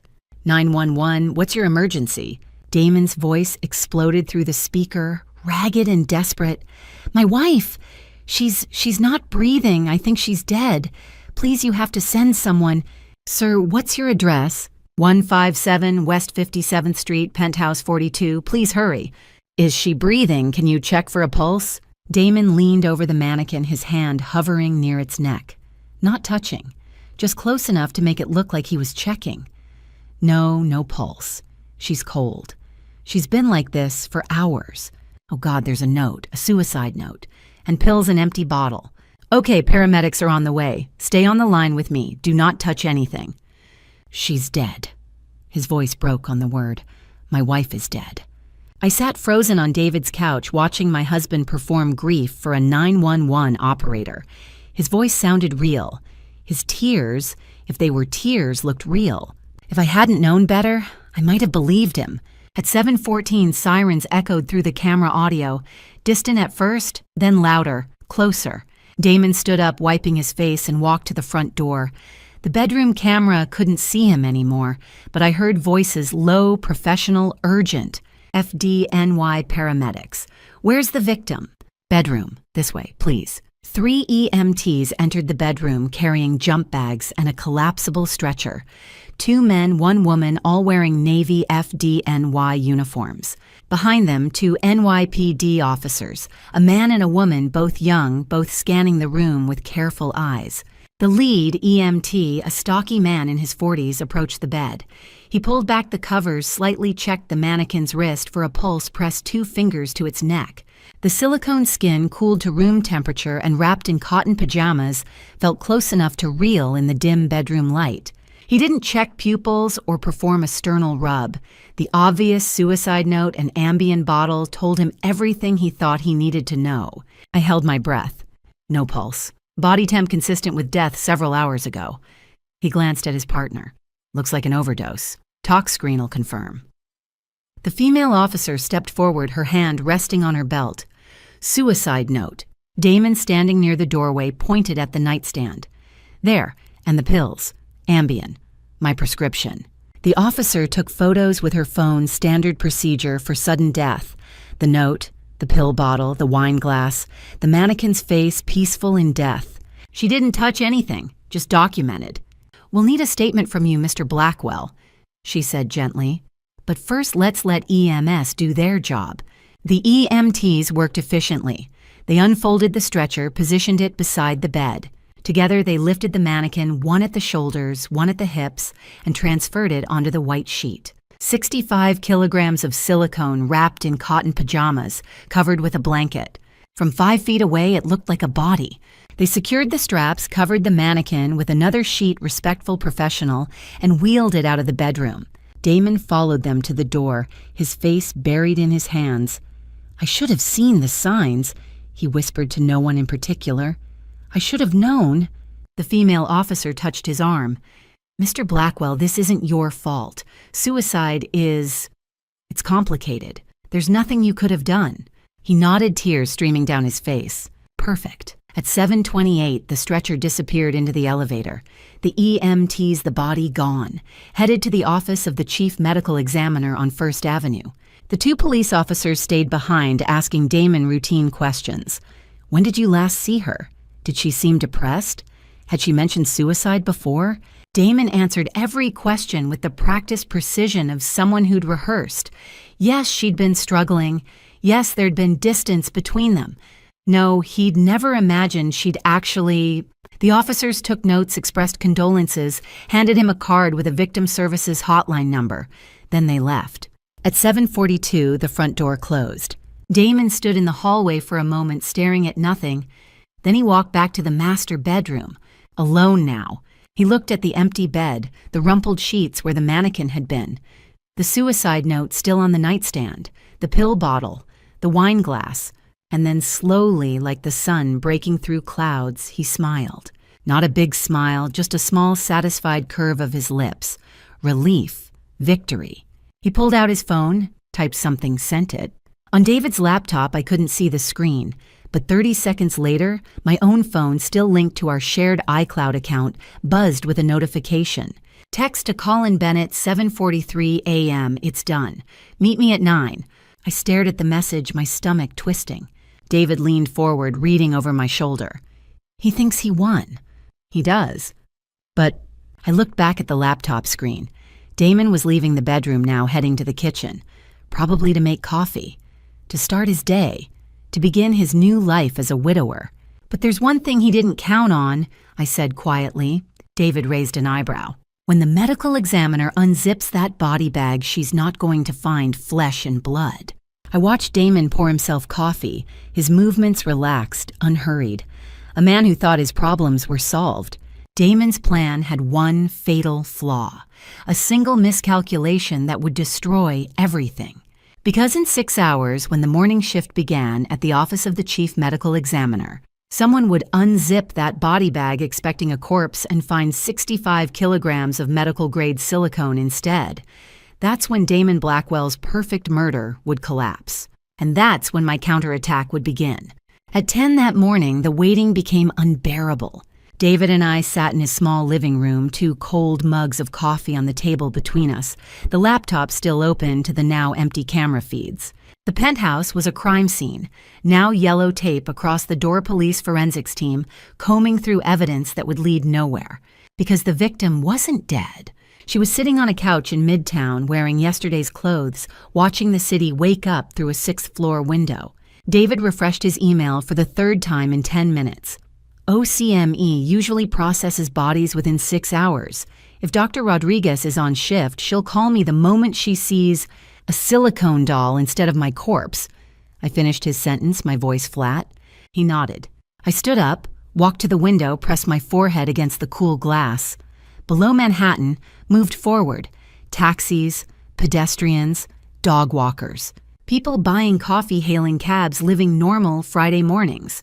And somewhere in that city, Damon was celebrating. David. I said quietly, not turning around. You know, I've never told Damon the truth about my work. Behind me, I heard him shift in his seat. I know. I mean the real work, not the ghostwriting, not the communications consulting. Vivian, I've been lying to him for 4 years. I turned to face him. Hell, I've been lying to everyone, playing the role of the supportive wife. The woman who stays home and writes speeches for tech executives. The woman who's just there. David set down his mug, his forensic investigator eyes studying me carefully. You want to tell me who you really are? I sat back down on the couch, pulling my knees up to my chest. The words came slowly at first, then faster like a dam breaking. In 2015, I graduated Columbia with a double major in psychology and communications. You remember we were in the same cohort. I remember you were top of the class. After graduation, I got hired by Citric & Company, crisis management firm. Started as a junior associate, worked my way up. By 2018, I was running my own cases. By 2020, I'd built a client list that included Fortune 500 CEOs, senators, Hollywood A-listers. David's eyebrows rose. That's not ghostwriting. No, it's damage control, reputation repair. I'm the person you call at 3 a.m. when your life is about to implode. I took a breath. In 2021, I left Citric and went independent, rebranded as V. Aldridge, my maiden name, set up an LLC, built my own practice. And Damon never knew. He knew I did consulting. He never asked what kind, never cared enough to ask. I pulled out my phone, opened my banking app, the one linked to UBS Zurich, the one I'd never shown him, and turned the screen toward David. His eyes widened. That's $15 million, give or take. I locked the phone, slipped it back into my pocket. My annual income was $2 million. I worked with some of the most powerful people in the country. And my husband thought I spent my days writing LinkedIn posts for startup founders. David leaned back, processing. Why hide it? Because I wanted him to love me for me. Not my money, not my connections, not what I could do for his career. I laughed bitterly. Turns out he didn't love me at all. He just needed a convenient wife to murder for insurance money. You saved a lot of careers, David said quietly. I remember reading about the Cyber Shield turnaround in 2022. That was you. I nodded. Richard Hammond. His company suffered a massive data breach, 50 million customer records leaked. Stock tanked. Board wanted him out. I spent 3 months rebuilding his reputation. Crafted the apology, negotiated with the FTC, managed the media narrative. By the time I was done, he was a hero for taking responsibility. Stock recovered 40%. And the senator, the harassment allegations in 2023, found inconsistencies in the accuser's timeline, negotiated a private settlement, managed the Senate Ethics Committee inquiry. He's still in office. I paused. I'm good at my job, David. Really good. I've turned scandals into redemption arcs. I've made criminals look like victims and victims look like liars. I've rewritten reality for people who can afford it. So why did you stop? I didn't stop. I just paused. I stared at my hands. When Damon and I got married in 2021, he wanted me to focus on family. I said it was hard having a wife who traveled constantly, who was always on call for emergencies. So I scaled back, took fewer clients, eventually stopped taking new ones altogether by 2024. He made you give up your career. He made me small. My voice cracked. And I let him, because I thought marriage was about compromise. I thought love meant sacrifice. David was quiet for a long moment. Then, so what now? I looked up, meeting his eyes. Now I'm going to show Damon exactly who he tried to kill. Not some helpless housewife. Not some woman who could be erased with 10 pills and a forged suicide note. I stood up, pacing again. He tried to murder a crisis management expert. Someone who spent a decade cleaning up messes worse than his. Someone who knows how to destroy a man's life and make it look like justice. Vivian, I'm going to take everything from him, David. His company, his reputation, his freedom. And I'm going to do it in front of 300 witnesses at the Greenwich Gala tomorrow night. I stopped pacing, turned to face him. I need Philippe Beaumont. David frowned. The billionaire, the Beaumont Medical Group guy? The same. I pulled out my phone again, opened my contacts, scrolled to a name I hadn't called in years. Philippe doesn't just owe me a favor. He owes me a life. What are you talking about? I looked at the name on the screen, Sophie Laurent, executive assistant to Philippe Beaumont, and felt something click into place. My father saved Philippe's daughter in Rwanda in 1995. Philippe's been trying to repay that debt for 30 years. He doesn't know I'm Michael Aldridge's daughter, but he's about to find out. David stood up slowly. You're going to call in a debt from a man who controls a $50 billion medical empire. I'm going to call in the only debt that matters. I hit the call button. And then I'm going to use his stage to destroy my husband. The phone rang once, twice. Then, Bonjour Aldridge Consulting, Sophie Laurent speaking. I took a breath. Sophie, it's Vivian Aldridge. I need to speak with Philippe. It's urgent. Vivian, mon Dieu, it's been years. Are you all right? No, but I will be. Can you get me a meeting with Philippe today? A pause. Then, he's in New York at the Four Seasons. I can have you on his calendar in 1 hour. Thank you, Sophie. Vivian, whatever you need, he'll help. You know that, yes. I do. I hung up. David stared at me. You're really doing this? I am. And after you destroy Damon at the gala, after the police arrest him, after everything falls apart, what then? I looked out the window one last time at the city that had been my home, my prison, my battleground. Then I disappear. Vivian Blackwell died last night in that penthouse. V. Aldridge goes back to work. The gala was 30 hours away. 30 hours to turn the most powerful man in medical technology into my ally. 30 hours to prepare the stage for Damon's public destruction. I had one chance to make this work, one call to a man who owed my father a debt that transcended money, power, and time. I pulled out my phone and dialed Philippe Beaumont. I stood by the window of room 1820 staring out at the Midtown skyline. The Four Seasons, all-I-am-pay geometry and Art Deco elegance felt like neutral ground, a place where old debts could be called in. I pulled out my phone and scrolled to the contact I'd saved 2 years ago but never used, Sophie Laurent, Beaumont Medical Group executive assistant. My father had told me about Philippe Beaumont only once 3 weeks before he died. His voice had been weak, ravaged by cancer, but his words were clear. If you ever need help, call Philippe. Tell him you're my daughter, he'll understand. I hadn't wanted to. Calling in a favor felt like begging. But now with Damon believing I was dead and a $50 million contract hanging in the balance, I had no choice. I pressed dial. 2 rings, then a voice polished European precise. Beaumont Medical Group, Sophie Laurent speaking. Hello, I said, keeping my voice steady. My name is Vivian Cross. I need to speak with Mr. Beaumont. Please tell him. I paused, feeling the weight of what I was about to say, that I am the daughter of Dr. Michael Aldridge. Silence. Not the polite kind, the kind that meant something had shifted. 5 seconds passed. 1 moment, please, Sophie said quietly. The line went silent. No hold music, just dead air. I pressed my forehead against the cool glass. Below, yellow cabs streamed down Fifth Avenue like a river of metal and light. My heart hammered in my chest. 10 minutes later, my phone rang. Ms. Cross, Sophie said, and this time her voice carried a weight I hadn't heard before. Reverence, maybe. Mr. Beaumont will see you immediately. He is in Suite 2402. I will meet you at the elevator in 5 minutes. Thank you, I whispered. I grabbed my coat and slipped into the hallway, moving quickly toward the elevator bank. My hands were shaking. Sophie Laurent was waiting when the elevator doors opened on the 24th floor. She was in her early 30s, dressed in a charcoal suit, her dark hair pulled into a sleek bun. Her eyes, intelligent, assessing, studied me carefully. This way, she said, her accent faintly French. We walked in silence down a long corridor lined with contemporary art and soft lighting.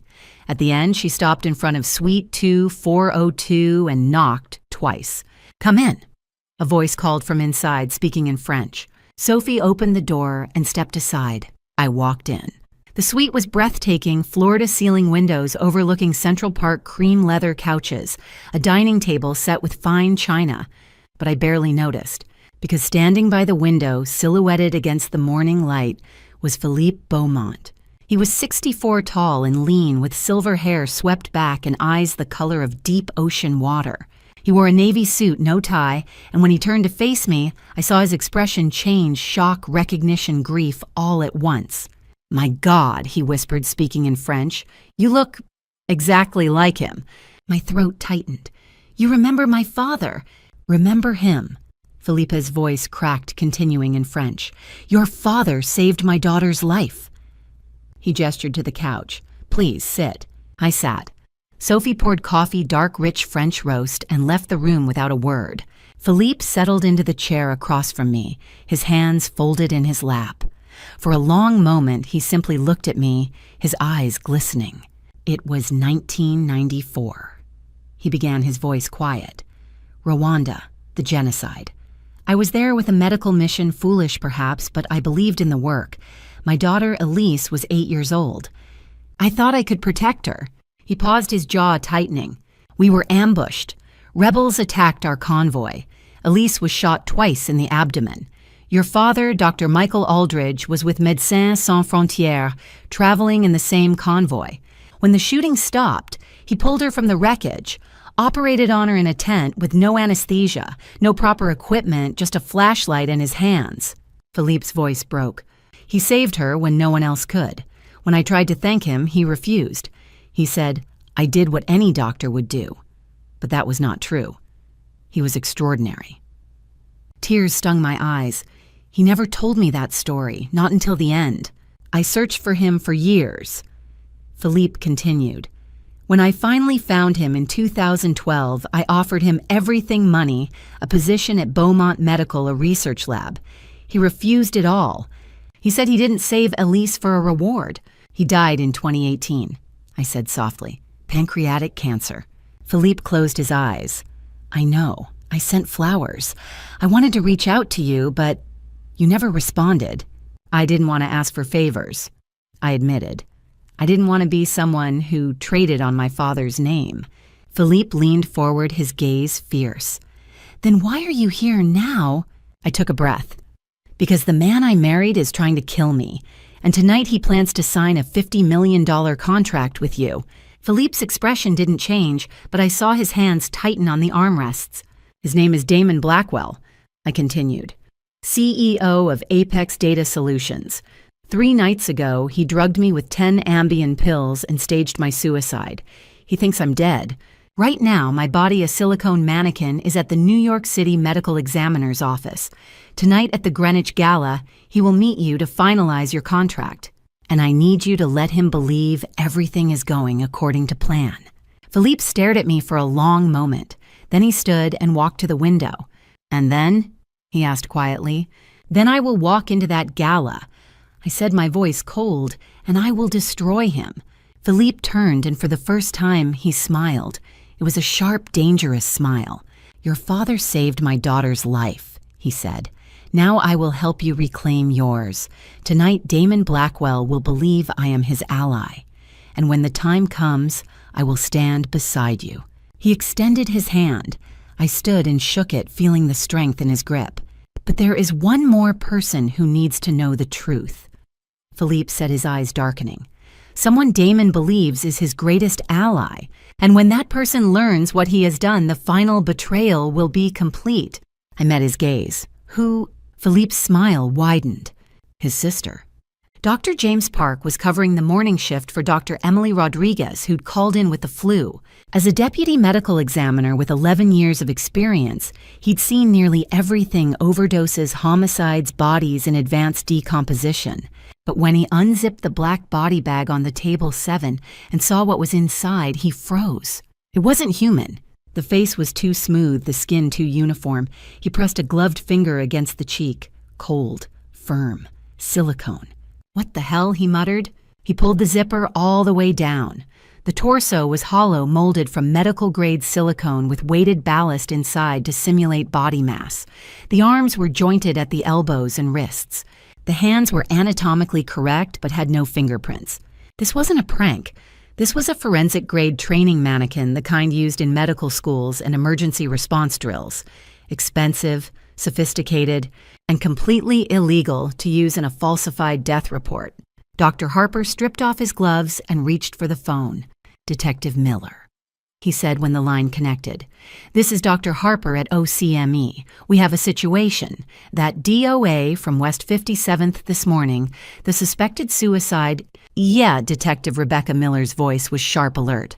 "It's not a body," Dr. Harper said flatly. "It's a mannequin." Silence. "Say that again." "The Jane Doe brought in at 7:45 this morning is a silicone training dummy. Somebody staged a fake death and called it in as a suicide." Detective Miller swore under her breath. "Who called it in?" Dr. Harper flipped through the intake report. "Husband Damon Blackwell, CEO of some tech company, called 911 at 700 hours, claimed his wife wasn't breathing. EMTs transported the body without a thorough check standard protocol for obvious DOA with a suicide note." "Jesus Christ," Miller muttered. "All right, I'm on my way to the residence now. Keep that thing locked down. Nobody touches it." "Copy that." Dr. Harper hung up and stared at the mannequin. Whoever had done this had planned it carefully. The question was why? And more importantly, where was the real Vivian Blackwell? 3 p.m.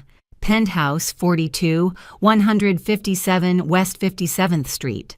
Detective Rebecca Miller stood in the living room of the penthouse, her arms crossed, studying the man in front of her.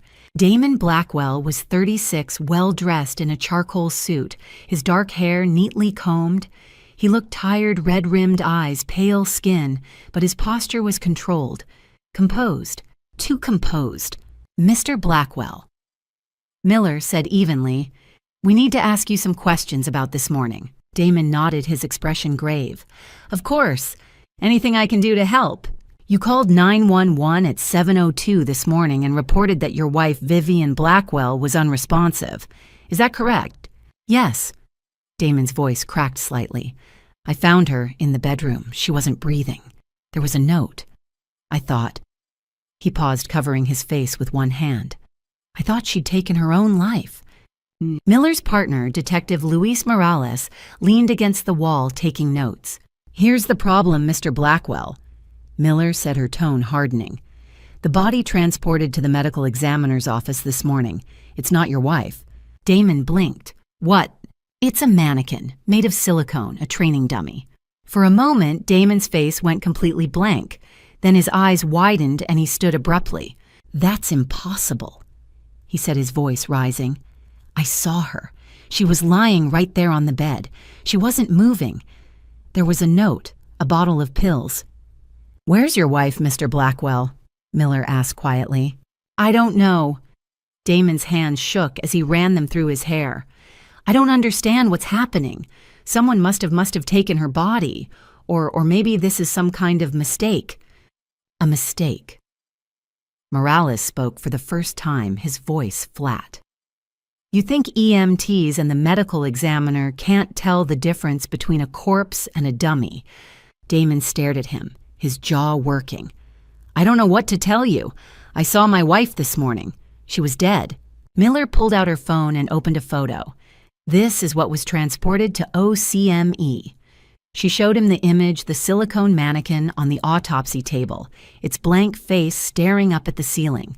Damon looked at the photo, and for just a second, Miller saw something flicker across his face. Panic, confusion, maybe fear. "I've never seen that thing before," he said finally. "Right." Miller pocketed her phone. "So either someone broke into your apartment, swapped your dead wife's body with a mannequin, and left without you noticing, or you staged this whole thing." "I didn't stage anything." Damon's voice cracked. "Why would I do that? That's what we're going to find out." Miller stepped closer, her eyes locked on his. "Here's what's going to happen. We're launching a missing persons investigation for Vivian Blackwell. We'll be checking security footage, phone records, financials, and you don't leave New York City. Understood?" Damon swallowed hard. "Am I under arrest?" "Not yet," Miller said. "But if we find out you're lying to us about anything, you will be." She handed him a business card. "Call me if your wife suddenly shows up, or if you remember anything useful." Damon took the card, his hand trembling slightly. "We'll be in touch," Miller said and turned toward the door. As they left, Morales muttered under his breath, "He did it. I don't know how, but he did it." Miller nodded. "Yeah, but we need proof." 4:15 p.m. David's apartment, 301 East 47th Street. I sat on David's couch, my laptop balanced on my knees, watching the hidden camera feed from the penthouse. The image was grainy but clear enough. I'd seen the detectives arrive. I'd seen Damon's performance, the shock, the confusion, the carefully calculated grief. And I'd seen the moment the mask slipped. Just for a second, when Detective Miller showed him the photo of the mannequin, I saw the truth in his eyes. He was terrified, but not terrified enough to run. Because at 4:32 p.m., I watched him pull out his phone and text someone. "Still on for tonight, 8:30, Greenwich." He was going to the gala. He was going to meet Philippe. He was going to try to salvage his $50 million deal, even with NYPD breathing down his neck. Because Damon believed the same thing he'd always believed, that he was smarter than everyone else. That without a body, there was no proof. That he could lie his way out of anything. I closed the laptop and looked at David, who was sitting across from me, arms crossed. "He's going," I said quietly. David nodded. "Then so are we." I stood and walked to the window, watching the city below. Somewhere out there, Damon was packing his tuxedo, rehearsing his excuses, preparing to walk into the Greenwich Gala like nothing had happened. But he didn't know what I'd prepared for him. He didn't know about the video footage, the emails, the forged power of attorney, the offshore wire transfers. And he didn't know about the gift I was going to give him tonight. A gift wrapped in truth. David's apartment had been transformed into a command center. His dining table was covered with laptops, external hard drives, and 3 identical USB flash drives lined up like soldiers. On the main screen, a timeline stretched across 12 minutes of video raw footage pulled from 3 hidden cameras, audio files synchronized, frame by frame. Financial documents overlaid with timestamps. I stood behind David's chair, watching him scrub through the footage one last time. "This is it," he said, his voice low. "Everything we need." The video opened with a timestamp, October 17th, 2025, 10:32 p.m. The hidden camera in the bedroom mounted inside the smoke detector showed Damon entering the room. The mannequin was already on the bed, dressed in my pajamas, its silicone face eerily still. Damon moved quickly, his hand steady, as he placed a folded piece of paper on the nightstand, the suicide note. Then he set down an empty Ambien bottle, positioning it carefully next to the wine glass. The audio kicked in his voice from 2 nights earlier, the phone call I'd overheard through the bedroom door. "I'll do it Thursday night. Ambien in her wine, 10 pills. She'll just fall asleep. The coroner will call it suicide." Then Colin's voice, "What if she doesn't drink it?" "She will. I'll tell her I want to fix things. She's desperate." David paused the video and looked up at me. "This is attempted murder, conspiracy, insurance fraud, forgery, and identity theft. Any one of these would put him away for years. All of them together." He shook his head. "He's done." "How long is the final cut?" I asked. 12 minutes, 18 seconds, 4K resolution, crystal clear. I've synced it with the financial evidence screenshots of the forged power of attorney, the offshore wire transfers to Macau and Cayman, the texts with Kayla Rivers. Every frame is time-stamped and authenticated. He clicked a key and the video exported to the desktop. 3 progress bars filled simultaneously. USB drives. David said, ejecting them one by one. He labeled them with a permanent marker: FBI, evidence, New York Times, media attorney, legal backup. I picked up the FBI drive, turning it over in my hand. If we send this now, they'll arrest him before the gala. That's why we're not sending it now. David pulled out 3 padded envelopes. Courier service. Time delivery. These go out at 8:45 tonight, 15 minutes after you walk on that stage. By the time the FBI opens it, you'll have already destroyed him in front of 300 people. I nodded slowly. And the lawyer, that one goes to Rebecca Ortiz, my contact at Cravath. She gets it immediately. If anything happens to you or me tonight, she has instructions to turn it over to the feds and the press within the hour. David sealed the envelopes and stacked them by the door. Courier picks them up at 6:30. After that, there's no going back. Good, I said quietly. I don't want to go back. At 5:30, I stood in David's guest bedroom, staring at the garment bag hanging on the closet door. Inside was the Valentino gown I'd ordered 3 days ago, a floor-length column dress in crimson silk with a high neckline and an open back that plunged to the base of my spine. It was bold, unapologetic, the kind of dress you wore when you wanted to be seen. I unzipped the bag and slipped into it. The fabric felt cool against my skin, the weight of it grounding. I pulled my hair back into a sleek low bun, applied dark red lipstick, and fastened a pair of diamond stud earrings. My mother's the only jewelry I'd taken when I left the penthouse. My phone buzzed. A text from Philippe Beaumont. Everything is arranged. Damon will be seated at the head table center stage. I will introduce him at 8:25 as my new partner. At 8:30, I will invite him to join me for the contract signing. You will walk on stage immediately after. Sophie will meet you backstage at 8:15. VIP entrance east side. Security will have your name V. Aldridge. I typed back, understood, see you soon. Another text came through, this time from an unknown number. Ms. Cross, this is Sophie Laurent. A car will pick you up at 7:15 p.m. Driver's name is Marcus.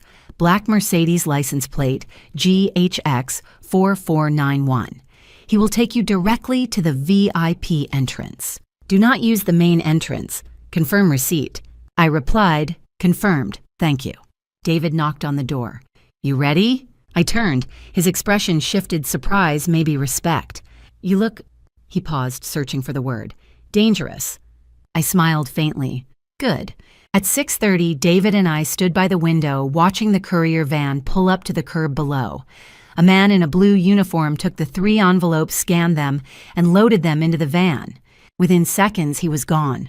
No turning back now, David said. I didn't answer. I was thinking about Damon sitting in the penthouse right now, probably showering, putting on his tuxedo, rehearsing his lies. He thought he'd won. He thought the missing body was a problem he could explain away. He thought he could charm Philippe, sign the contract, and disappear into his $50 million future. He had no idea what was waiting for him. David handed me a glass of water. You don't have to do this, you know. We could just turn the evidence over to the FBI right now. Let them handle it. I set the glass down. No. He tried to kill me. He forged my signature. He stole my home. And he did it all because he thought I was weak, that I'd never fight back. I met David's eyes. I want him to see me. I want him to know exactly who I am before his world ends. David nodded slowly. Then let's end it. At 7:10, I stood in front of the full-length mirror one last time. The woman looking back at me wasn't Vivian Blackwell, the wife who'd tried so hard to save a marriage that was already dead. She wasn't the woman who'd cooked carbonara and poured poisoned wine into a glass she never drank. She was V. Aldridge, the crisis manager who'd saved a senator's career, who'd rebuilt a tech CEO's reputation, who'd made a Hollywood scandal disappear. The woman who'd earned $2 million a year and never told her husband because she wanted to be loved for who she was, not what she had. The woman Damon had tried to erase. I picked up my phone and texted Philippe one last time. I'm ready. His reply came instantly. Then let's give them a show. I walked out the door. The Greenwich Hotel ballroom glittered like a constellation pulled down to earth. Crystal chandeliers hung from 20-foot ceilings, casting soft golden light across tables draped in ivory linen. 300 guests, CEOs, investors, philanthropists, society reporters mingled beneath the glow champagne flutes in hand. A string quartet played Vivaldi near the stage, and the air smelled of expensive perfume and ambition. Damon Blackwell stepped through the entrance at precisely 8:02 p.m., and for a moment the room seemed to pause. He wore a midnight blue Armani tuxedo tailored to perfection, his dark hair slicked back, his jaw clean-shaven. He moved with the easy confidence of a man who belonged shoulders back, slight smile eyes scanning the crowd like he owned it. But the whispers started almost immediately. "That's Damon Blackwell."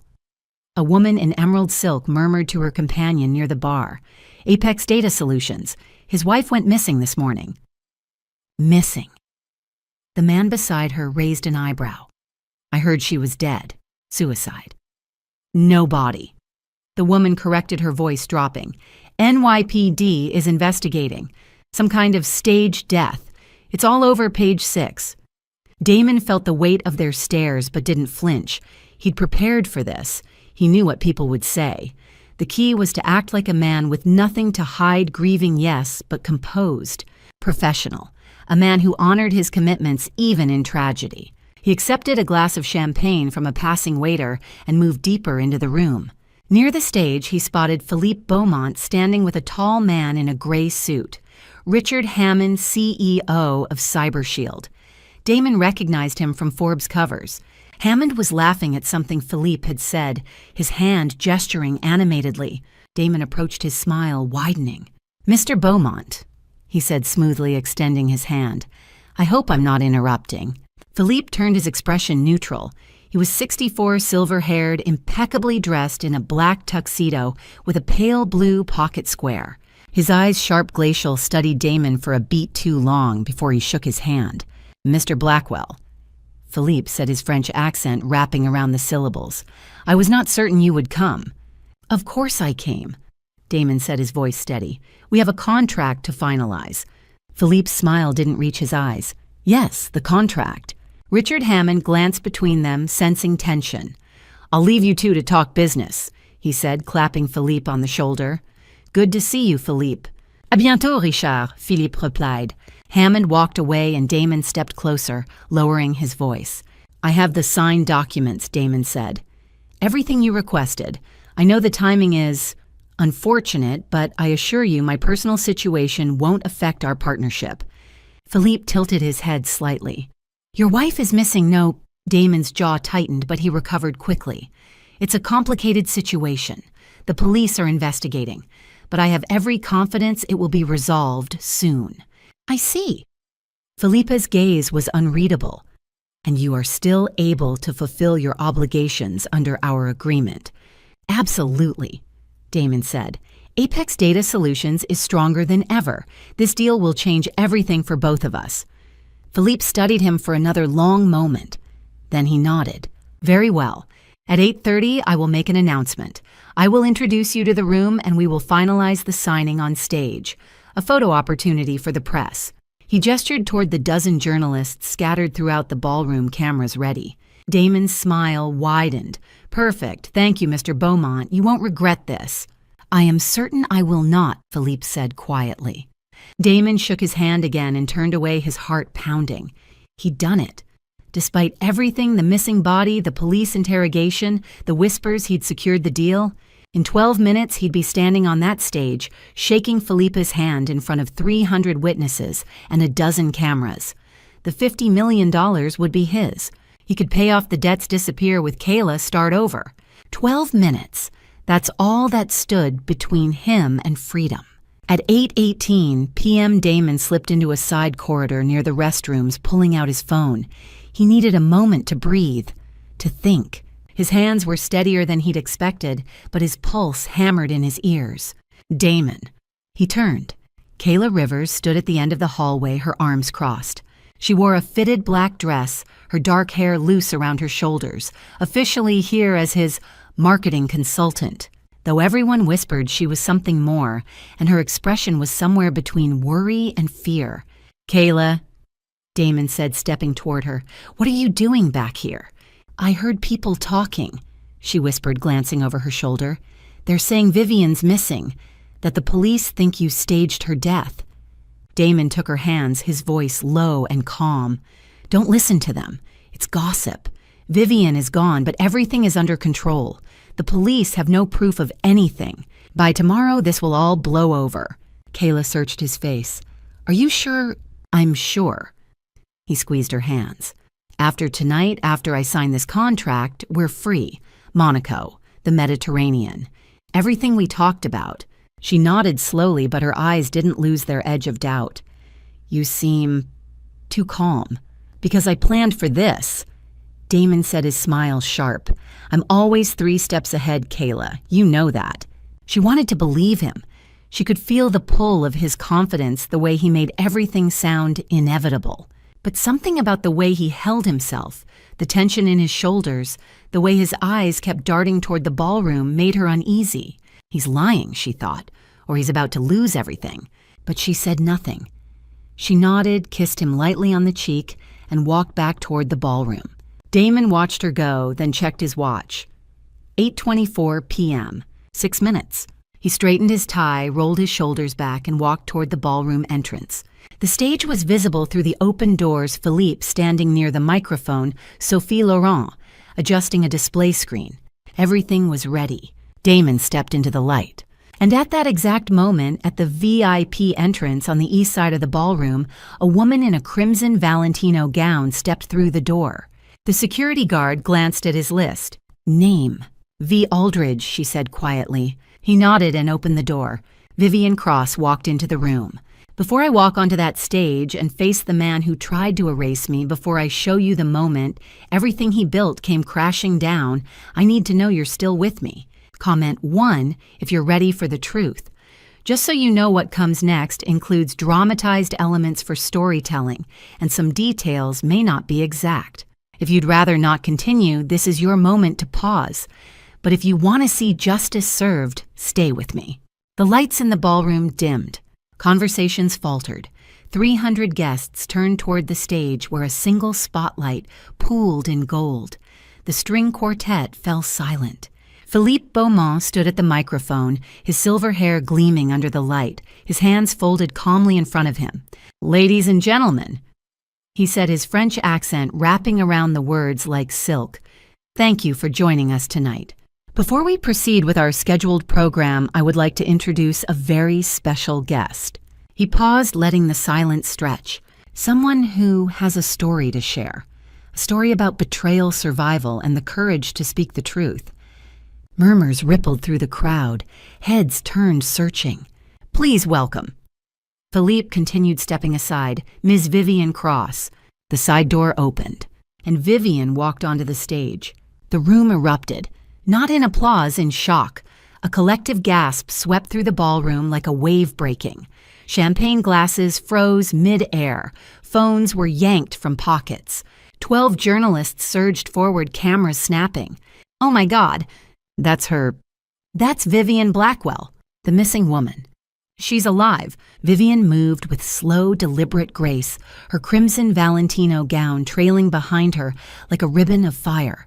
Her dark hair was pulled into a sleek bun, her red lips set in a calm, unreadable expression. She reached the center of the stage, took the microphone from Philippe's hand, and faced the crowd. The room fell silent. "Good evening," she said, her voice steady and clear. "My name is Vivian Cross." She let the name settle. "Some of you may have heard that I went missing this morning, that my body was found in my apartment, that I died by suicide." Whispers erupted again, but Vivian didn't pause. "I'm here to tell you the truth." Her eyes swept across the ballroom, meeting the gazes of CEOs, investors, reporters. "I didn't go missing, and I didn't die." She took a breath. "My husband tried to murder me." The room exploded. Gasps, shouts, the scrape of chairs as people stood. Cameras flashed like lightning. A woman near the front covered her mouth with both hands. A man in a gray suit muttered, "Jesus Christ." Vivian stood perfectly still, letting the chaos wash over her. Then she raised one hand and the room quieted again. 3 nights ago, she continued, her voice calm, surgical. My husband, Damon Blackwell, drugged a glass of wine with 10 crushed Ambien pills. His plan was to make my death look like a suicide so he could collect $4 million in life insurance. He forged my signature on legal documents. He stole my home. And this morning he staged my death using a mannequin. The ballroom was silent now, dead silent. "But I'm still here," Vivian said quietly, "because I knew what he was planning, and I decided to let him believe he'd succeeded." She turned, slightly gesturing toward the screen behind her. "In a moment, you will see video evidence of everything I've just described. You will hear his voice, you will see his actions, and you will understand exactly who Damon Blackwell is." Her gaze hardened. "But first I want him to know that I'm alive." She looked up directly at the second-floor mezzanine. "Hello, Damon. Hamilton Room, second-floor mezzanine, 8:30 p.m. Damon had been pacing the small conference room for 90 seconds, checking his watch every 10. The Hamilton Room was elegant mahogany table leather chairs, a view of the city through tall windows, but it felt like a cage. Where the hell was Philippe? He'd been told to wait here, that Beaumont would bring the final contracts for a private review before the public signing. But the old man had walked in, said, "I'll return in a moment," and disappeared. Damon pulled out his phone. No messages, no missed calls. Then he heard it. A voice, her voice crackling through the small ceiling speaker. "Good evening, my name is Vivian Cross." Damon froze. "Some of you may have heard that I went missing this morning." No. His heart stopped. His vision tunneled. His hands went numb. "I'm here to tell you the truth. I didn't go missing and I didn't die." "No," Damon whispered. "No, no, no." He lunged for the door, yanked it open, and ran. The hallway blurred. His dress shoes slammed against the hardwood floor. He burst through the double doors onto the mezzanine balcony, a narrow overlook with a wrought iron railing that curved around the second floor, offering a bird's-eye view of the ballroom below. And there she was, Vivian, standing on the stage in a blood-red dress holding a microphone bathed in spotlight. Alive, real, undeniable. Damon's knees buckled. He grabbed the railing to keep from collapsing. "My husband tried to murder me." Her voice echoed through the ballroom, impossibly calm, impossibly controlled. The room below erupted gasps, shouts, the flash of cameras. 300 faces turned toward the stage. 12 journalists pressed forward, filming everything. Damon's breath came in short, ragged bursts. His vision swam. His mind screamed. "She's dead. She has to be dead. I saw the mannequin. The police took the body. She's gone." But she wasn't. She was standing there, speaking, accusing, destroying him. "No," he whispered. This can't." A voice spoke beside him. "It appears your wife is still alive, Mr. Blackwell." Damon spun. Philippe Beaumont stood 3 feet away, his hands clasped behind his back, his expression carved from ice. Damon's voice cracked. You knew she was." "Of course I knew," Philippe said quietly. "Vivian came to me this morning. She told me everything, and I agreed to help her." Damon stared at him, his world fracturing. "The contract—" "There is no contract," Philippe said coldly. "There never was. Not with a man like you." Damon's mouth opened, but no sound came out. Below on the stage, Vivian turned. Her eyes scanned the mezzanine balcony, searching. And then she found him. Their eyes met. For a long, suspended moment, Damon saw everything in her gaze. Not fear, not grief, victory. And then slowly, deliberately, Vivian smiled. It was the coldest smile Damon had ever seen. He staggered back from the railing, his hands shaking his chest, heaving. Philippe's voice was soft, final. "You should have known, Mr. Blackwell. You should have known who your wife really was." Damon's legs gave out. He sank to his knees. And below on the stage, Vivian Cross turned back to the microphone. "Now," she said, her voice echoing through the ballroom, "let me show you the proof." The screen behind her flickered to life. Vivian turned toward the massive LED screen behind her. The ballroom lights dimmed further and the screen flared to life. "Let me show you," she said quietly into the microphone, "exactly what my husband did. The first image appeared a timestamp in the corner, October 17th, 2025, 11:05 p.m., and grainy night vision footage from a hidden camera. The angle was high, looking down on a bedroom. A figure moved into frame. Damon. He was dressed in dark clothes, moving quickly but deliberately. On the bed lay a motionless shape, humanoid dressed in pale pajamas. The mannequin. The audience leaned forward. Phones rose, recording. Damon placed something on the nightstand, a folded piece of paper, then a small orange prescription bottle. He positioned a wine glass carefully beside it, adjusting the angle twice. "This," Vivian's voice narrated over the footage, "is my husband staging my suicide. The note is forged. The Ambien bottle is empty. The body is a medical training mannequin made of silicone." Gasps rippled through the crowd. The video shifted. Audio crackled through the speakers, a phone conversation. Damon's voice, "I'll do it Thursday night. Ambien in her wine, 10 pills. She'll just fall asleep. The coroner will call it suicide." Another man's voice, Colin Bennett, "What if she doesn't drink it?" Damon, "She will. I'll tell her I want to fix things. She's desperate." Chaos erupted instantly. Gasps, shouts, chairs scraping as guests surged to their feet. A woman near the front stood, hand over her mouth. One of the journalists, a man with a Bloomberg press badge, was typing furiously on his phone. "That," Vivian said, her voice cutting through the noise, "is a recording from October 15th, 2 nights before the attempt. Premeditated murder." The screen changed again. Financial documents filled the frame, bank statements, wire transfer receipts, a scanned power of attorney with a signature highlighted in red. "My husband forged my signature." Vivian continued, "to take out a $650,000 mortgage on our home. He gambled it away in 8 months. Macau, Cayman Islands, Bermuda. He lost everything." The documents scrolled transfers to offshore accounts, casino transaction logs, mounting debts. "And when he ran out of options," Vivian said, her voice hardening, "he decided to kill me and collect $4 million in life insurance." The room was silent now, dead silent. The screen shifted one final time. A new document appeared, dense text, technical language, highlighted sections. "But that's not all," Vivian said. "Apex Data Solutions, my husband's company, had a security contract with Beaumont Medical Group. Damon was entrusted with protecting 4.2 million patient health records." She paused. "He sold them to Russian hackers for $300,000. The crowd exploded in reaction. Shouts, gasps, the violent scrape of chairs. A man in the back yelled, "Jesus Christ!" A woman stood and walked out, her heels clicking sharply against the floor.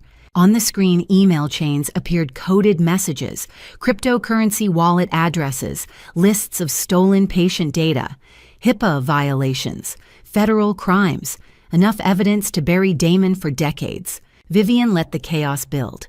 Then she raised one hand and the room quieted. "I have copies of all of this," she said. "The FBI will receive them tonight. So will the New York Times. And so will every regulatory agency that oversees healthcare data security." She turned slightly, her gaze lifting to the mezzanine balcony where Damon stood white-knuckled, barely breathing. "My husband thought I was weak," Vivian said quietly. "He thought I was naive. He thought he could lie to me in plain sight." She switched to French, her accent flawless. "Mr. Beaumont," she said, her voice carrying across the ballroom, speaking in French. "I'm sorry my husband tried to deceive you, but I wanted you to know the truth." On the mezzanine, Philippe Beaumont stepped forward to the railing. His voice rang out in French, steady and clear. "Thank you, Vivian. Your father would have been proud of you." The ballroom murmured. Those who understood French nodded in recognition, while others sensed the weight of the moment through tone alone. Respect. Solidarity. And then from the balcony, a strangled shout. "Wait." Every head turned. Damon stood at the railing, his face ashen, his hands shaking, his voice cracked. You speak French." Vivian turned to face him, her expression calm. "Since when?" Damon shouted, his voice raw with disbelief. You never said." "Since 2021, Damon." Vivian said evenly, switching back to English. "Every night you were working late with Kayla, I was learning French. Duolingo, Rosetta Stone. Private tutors over Zoom? The ballroom was utterly silent. 4 years. Vivian continued, her voice steady. I listened to every phone call you made in French, every conversation with Philippe Beaumont, every email you thought I couldn't read. Damon's mouth opened, but no sound came out. I let you think I didn't understand, Vivian said, a faint smile touching her lips. Because the moment I realized you were using French to hide your secrets, I knew I needed to learn it. Not just to protect myself, but to know exactly what you were planning. She turned back to the audience. 4 years ago, I overheard my husband speaking French on a business call. I didn't understand a single word, but I saw the way he looked over his shoulder, the way he lowered his voice. I knew he was hiding something. Her voice grew stronger. So I decided to stop being the woman he thought I was. I stopped being the wife who smiled and stayed quiet. I became the woman who learned his language, documented his crimes, and built a case that would destroy him. Applause thundered through the ballroom. It started slowly, 1 person, then 5, then 20, and then it was deafening. 300 people on their feet, clapping, some wiping tears, others shaking their heads in awe. The journalists were scribbling notes, snapping photos, recording every second. Vivian stood in the center of the stage, bathed in light, and for the first time in years, she felt free. On the mezzanine, color drained from Damon's face entirely. Philippe stood beside him, unmoved, his expression carved from stone. You should have known, Philippe said quietly, his voice cold. You should have known that a woman like Vivian Cross would never let you win. Damon sank to his knees. The applause faded. Vivian raised the microphone again, her gaze sweeping across the ballroom. But the story, she said softly, isn't over yet. The room quieted. Because there's one more person in this room. Vivian continued, her voice sharp, now deliberate. Someone my husband believed was his ally. Someone who helped him forge documents, move money, and cover his tracks. She paused, letting the tension build. Someone who thought they could betray me and walk away. Every head turned searching. Vivian's gaze locked onto a table near the back of the room. A young woman sat frozen, her face pale, her hands gripping the edge of the table. Madison Thornton, Damon's sister. Madison. Vivian said quietly, her voice echoing through the silent ballroom. Would you like to explain to everyone here why you helped your brother try to kill me? The audience detonated, shouts, chairs clattering. Madison didn't move. She sat perfectly still, her eyes wide, her breathing shallow. And Vivian smiled. The applause faded. Vivian stood at the center of the stage, her gaze fixed on Madison Thornton, who sat frozen at a back table, her face drained of color. Madison helped her brother forge documents, Vivian said quietly, the power of attorney, the mortgage paperwork. She knew what he was doing, and she said nothing. Madison's hands trembled on the table. A journalist near her raised a camera. She flinched. But Madison, Vivian continued, her voice softening slightly, was a pawn. She was afraid of her brother. She did what he told her because she always had. She paused. The real architect, the person who manipulated Damon, who pushed him toward murder, is someone else. Vivian's gaze shifted across the ballroom. Kayla Rivers, she said, her voice cutting through the silence like a blade. Would you please stand up? Every head turned. Near the center of the room, at a table draped in white linen, a young woman sat perfectly still. She wore a fitted black dress, her dark hair loose, her makeup immaculate. Her hands gripped the edge of the table. Kayla, Vivian said again, her tone almost conversational. Come on, don't be shy. Kayla didn't move. 2 security guards stepped into the aisle, blocking the nearest exit. Another 2 moved to the side doors. Slowly, Kayla stood. Her face was pale, but her expression was blank, carefully, deliberately blank. Good, Vivian said. Now I'd like everyone here to know who you really are. She gestured to the screen behind her. It flickered to life again. A driver's license appeared. The photo showed the same woman, Kayla Rivers, but the name read Kylie Ann Richardson.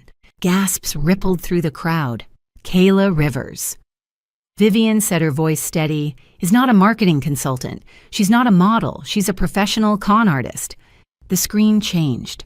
A grid of faces appeared, 7 men, all middle-aged, all in business suits. Beneath each face, a name and a dollar amount. Mark Sutherland, CEO Biogen Incorporated. $480,000, Gregory Brennan hedge fund manager. $620,000, Thomas Grant real estate developer. $510,000, Aaron Fields tech entrepreneur. $390,000, Daniel Russo investment banker. $450. 000. Christopher Wade pharmaceutical executive. $380,000, Evan Mercer private equity partner. $370,000. Over the past 5 years, Vivian continued, Kylie Richardson has targeted 7 wealthy men. She seduced them. She exploited their weaknesses, gambling debts, tax problems, affairs, and then she stole from them. $3.2 million in total. The ballroom erupted in whispers. Journalists were typing furiously. Cameras flashed. She approached my husband in March of 2024, Vivian said. She knew he had gambling debts. She knew he was desperate, and she saw an opportunity. The screen changed again. Text messages appeared exchanges between Damon and Kayla. Kayla, March 15, 2024. You could solve all your problems if Vivian wasn't in the picture. Damon, what are you saying? Kayla, I'm saying accidents happen, and life insurance pays out. The room fell silent. She didn't just encourage him, Vivian said quietly. She planned it with him. She told him how to stage the suicide. She helped him pick the drug. She promised him $2 million, half the payout, and a new life in Monaco. Vivian turned to face Kayla directly. But here's the thing, Kayla. You were never going to Monaco with him, were you? Kayla's mask cracked. Her jaw tightened. You were going to take your cut and disappear, Vivian said. Just like you did with the other 7 men, Damon was just another mark. The screen shifted one final time. An FBI case file appeared, federal fraud charges, a warrant, a mugshot from 2021 under the name Cara Russo. And this afternoon, Vivian said, her voice hardening, when you realized the police were closing in, you did what you always do. You saved yourself. She pulled a document from the podium and held it up. At 4:30 p.m. today, Kylie Richardson contacted the FBI and offered to testify against Damon Blackwell in exchange for immunity. The ballroom exploded. Shouts, gasps, the scrape of chairs. Kayla's face twisted. She turned toward the mezzanine where Damon stood frozen at the railing. Damon, she screamed, her voice raw. You said everything was safe. You said she was dead. You said we'd be free. Shut up, Kayla, Damon roared from above. Don't say another goddamn word. But Kayla was unraveling. She turned wildly, searching the crowd, and her eyes landed on a woman in a navy blazer standing near the side door. Detective Rebecca Miller. Kayla stumbled toward her, her hands raised. I'll confess, she said, her voice breaking. I'll tell you everything. Damon Blackwell planned it. He's the one who wanted her dead. I was just used. Vivian's voice cut through the chaos, cold and sharp. Kayla froze. You were using him, Vivian said. Just like you used the others. Don't pretend you're a victim, Kylie. You're a predator. You just picked the wrong target this time. Kayla stared at her mouth open, tears streaking her makeup. Vivian turned back to the microphone. And now, Damon, she said, her voice rising, let me tell you why you never stood a chance. She smiled, cold, triumphant. You married me because you thought I was nobody. A freelance writer. A woman with no money, no power, no connections. You thought I needed you. She paused. But the truth is, I never needed you, because all of my assets, $15 million, are held in a Swiss trust fund under my maiden name, Vivian Aldridge. The ballroom went silent. UBS Zurich. Vivian continued. Established in 2019, untouchable. You couldn't have accessed it even if you'd known it existed. Damon's face went white. I earned that money. Vivian said, her voice steady. As V. Aldridge, crisis management consultant, I saved the careers of senators, CEOs, actors. I made $2 million a year, and I never told you. She stepped forward, her gaze locked on Damon. Because I wanted to know if you could love me for who I was, not what I had. Her voice dropped. And you couldn't. The silence was absolute. Vivian set down the microphone and turned toward the wings of the stage. Detective Miller, she said calmly. He's all yours. The side doors burst open. Detective Rebecca Miller strode into the ballroom flanked by 4 NYPD officers in uniform. Behind them, 2 federal agents in dark suits, Damon Blackwell. Miller called out, her voice carrying across the ballroom. "You're under arrest for attempted murder conspiracy to commit murder, wire fraud, identity theft, and violations of the Health Insurance Portability and Accountability Act." On the mezzanine, Damon staggered back from the railing. 2 officers were already climbing the stairs. Detective Rebecca Miller's voice cut through the chaos of the ballroom like a blade. "Damon Blackwell, you are under arrest for conspiracy to commit murder, attempted murder, insurance fraud, identity, theft, wire fraud, and criminal violations of the Health Insurance Portability and Accountability Act." On the mezzanine balcony, Damon stumbled backward as 2 uniformed officers reached the top of the stairs, his face drained of all color, his hands trembling. Miller continued in that flat procedural tone that prosecutors loved and defendants feared. "You have the right to remain silent. Anything you say can and will be used against you in a court of law." "She set me up!" Damon screamed, his voice cracking with desperation. "It was a mannequin. I didn't kill anyone. She's the one who staged this whole thing." The officer behind him pulled his arms back and the metallic click of handcuffs echoed through the silent ballroom. 300 people watched with phones, raised cameras, flashing journalists scribbling notes. Damon twisted against the restraints, his eyes wild as he searched the crowd below. "Vivian, you can't do this. We were married, you..." But Vivian was already walking off the stage in her crimson gown, her face perfectly calm, and she didn't look back. Not once. At that exact moment, 6 blocks away on Lexington Avenue, 2 FBI agents walked into the law offices of Bennett and Associates. Colin Bennett looked up from his mahogany desk, his face draining of color, as the agents displayed their badges and credentials. "Colin Bennett, you're under arrest for conspiracy to commit murder and obstruction of justice," the lead agent said. Colin stood slowly, his hands raised in cautious surrender. "I want my lawyer," he said quietly, but his voice carried none of its usual confidence. "You're going to need one," the agent replied, and within minutes Colin was handcuffed and escorted past his stunned associates into a waiting federal vehicle. Back at the Greenwich Hotel, Kayla Rivers, or Kylie Richardson as the FBI now called her, was being led out through the side entrance in handcuffs, her head down, black mascara streaking her carefully contoured cheeks. A swarm of journalists followed, shouting questions over each other. "Kylie, did you manipulate Damon Blackwell? How many men have you scammed? Do you regret any of it?" She said nothing. Her jaw clenched, her eyes fixed on the pavement as she was loaded into the back of a police cruiser. By midnight, all 3 were in custody. Damon sat in a holding cell at the Manhattan Detention Complex, staring at concrete walls. Colin was processed at the FBI field office on Federal Plaza.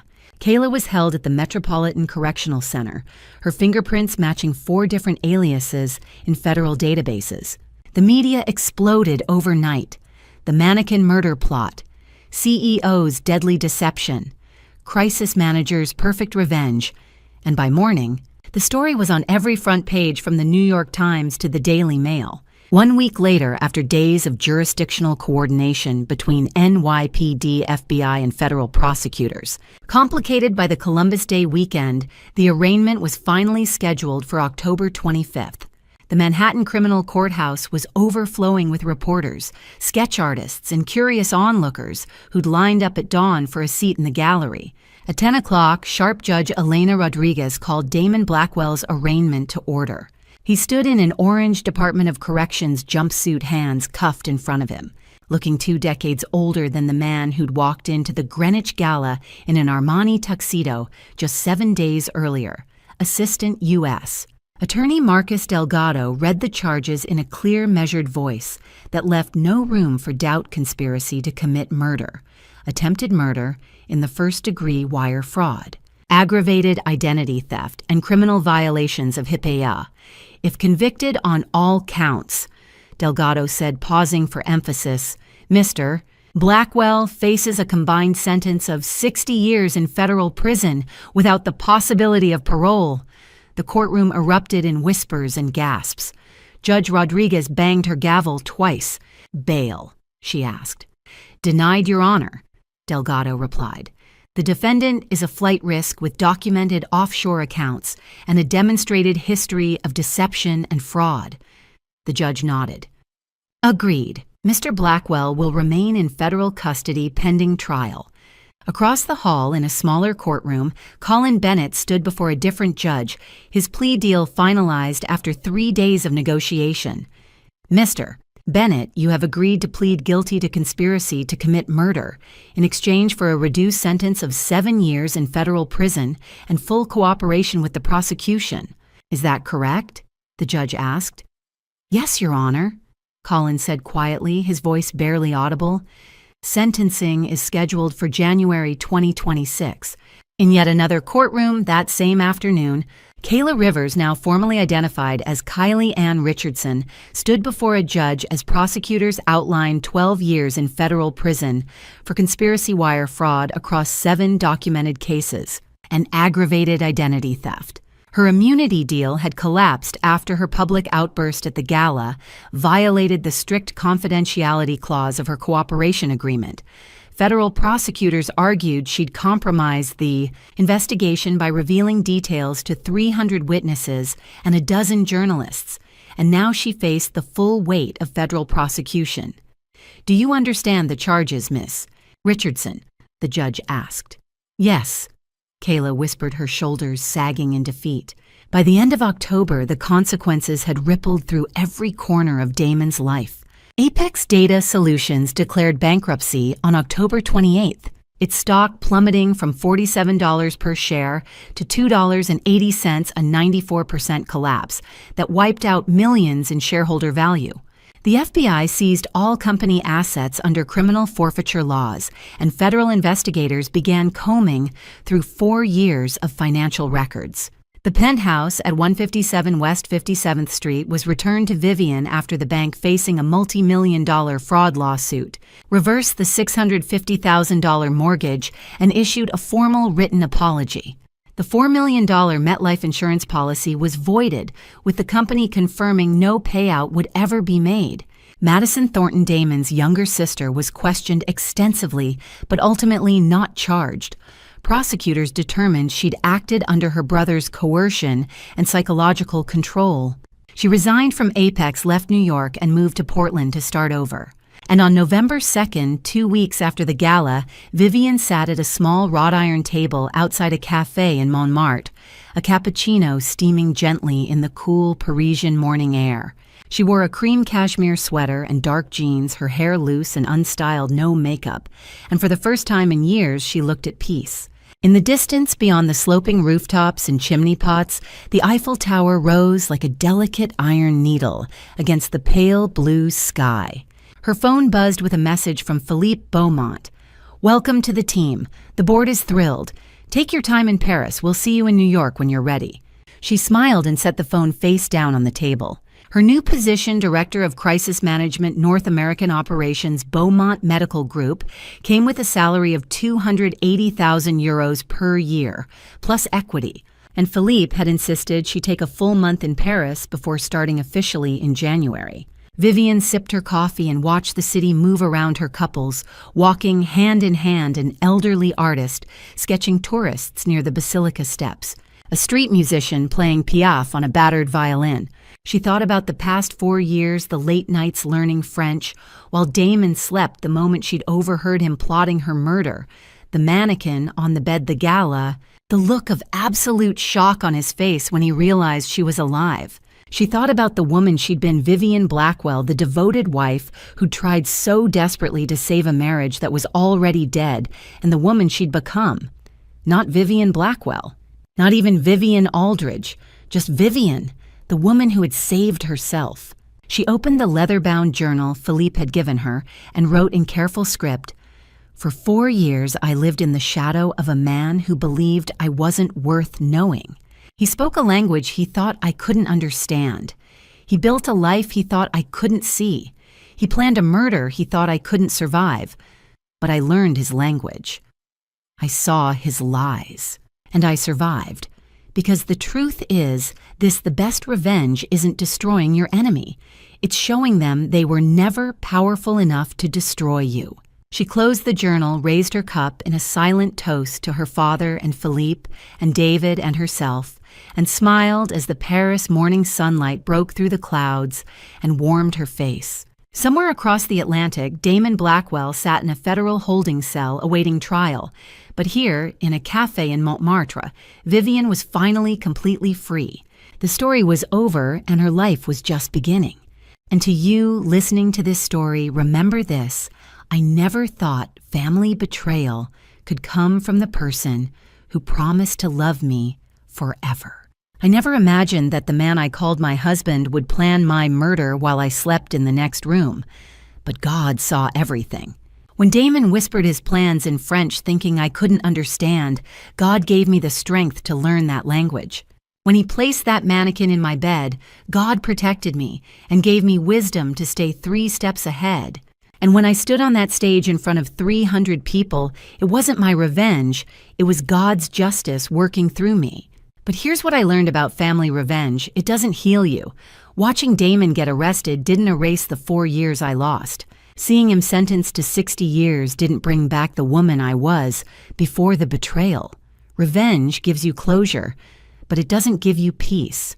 Only God can do that. So don't be like me. Don't wait 4 years to see the truth. Don't sacrifice your peace trying to fix someone who's already chosen to destroy you. If someone in your life, your spouse, your sibling, your closest friend shows you who they really are through family betrayal, believe them the first time. God didn't put you on this earth to be someone's victim. He put you here to survive, to rise, and to reclaim your life. Family revenge might feel satisfying in the moment, but walking away with your dignity intact, that's the real victory. So if my story resonated with you, leave a comment below. Share this video with someone who needs to hear it. And subscribe to this channel because the stories that follow will challenge you, inspire you, and maybe even save your life. Thank you for staying with me until the end. And one final warning: the stories ahead contain fictionalized elements created for educational purposes. If you're uncomfortable with that, feel free to explore other content that suits you better. But if you're ready to hear more truths wrapped in cautionary tales, I'll be here. Stay strong, stay wise, and never let anyone make you feel small. Vivian.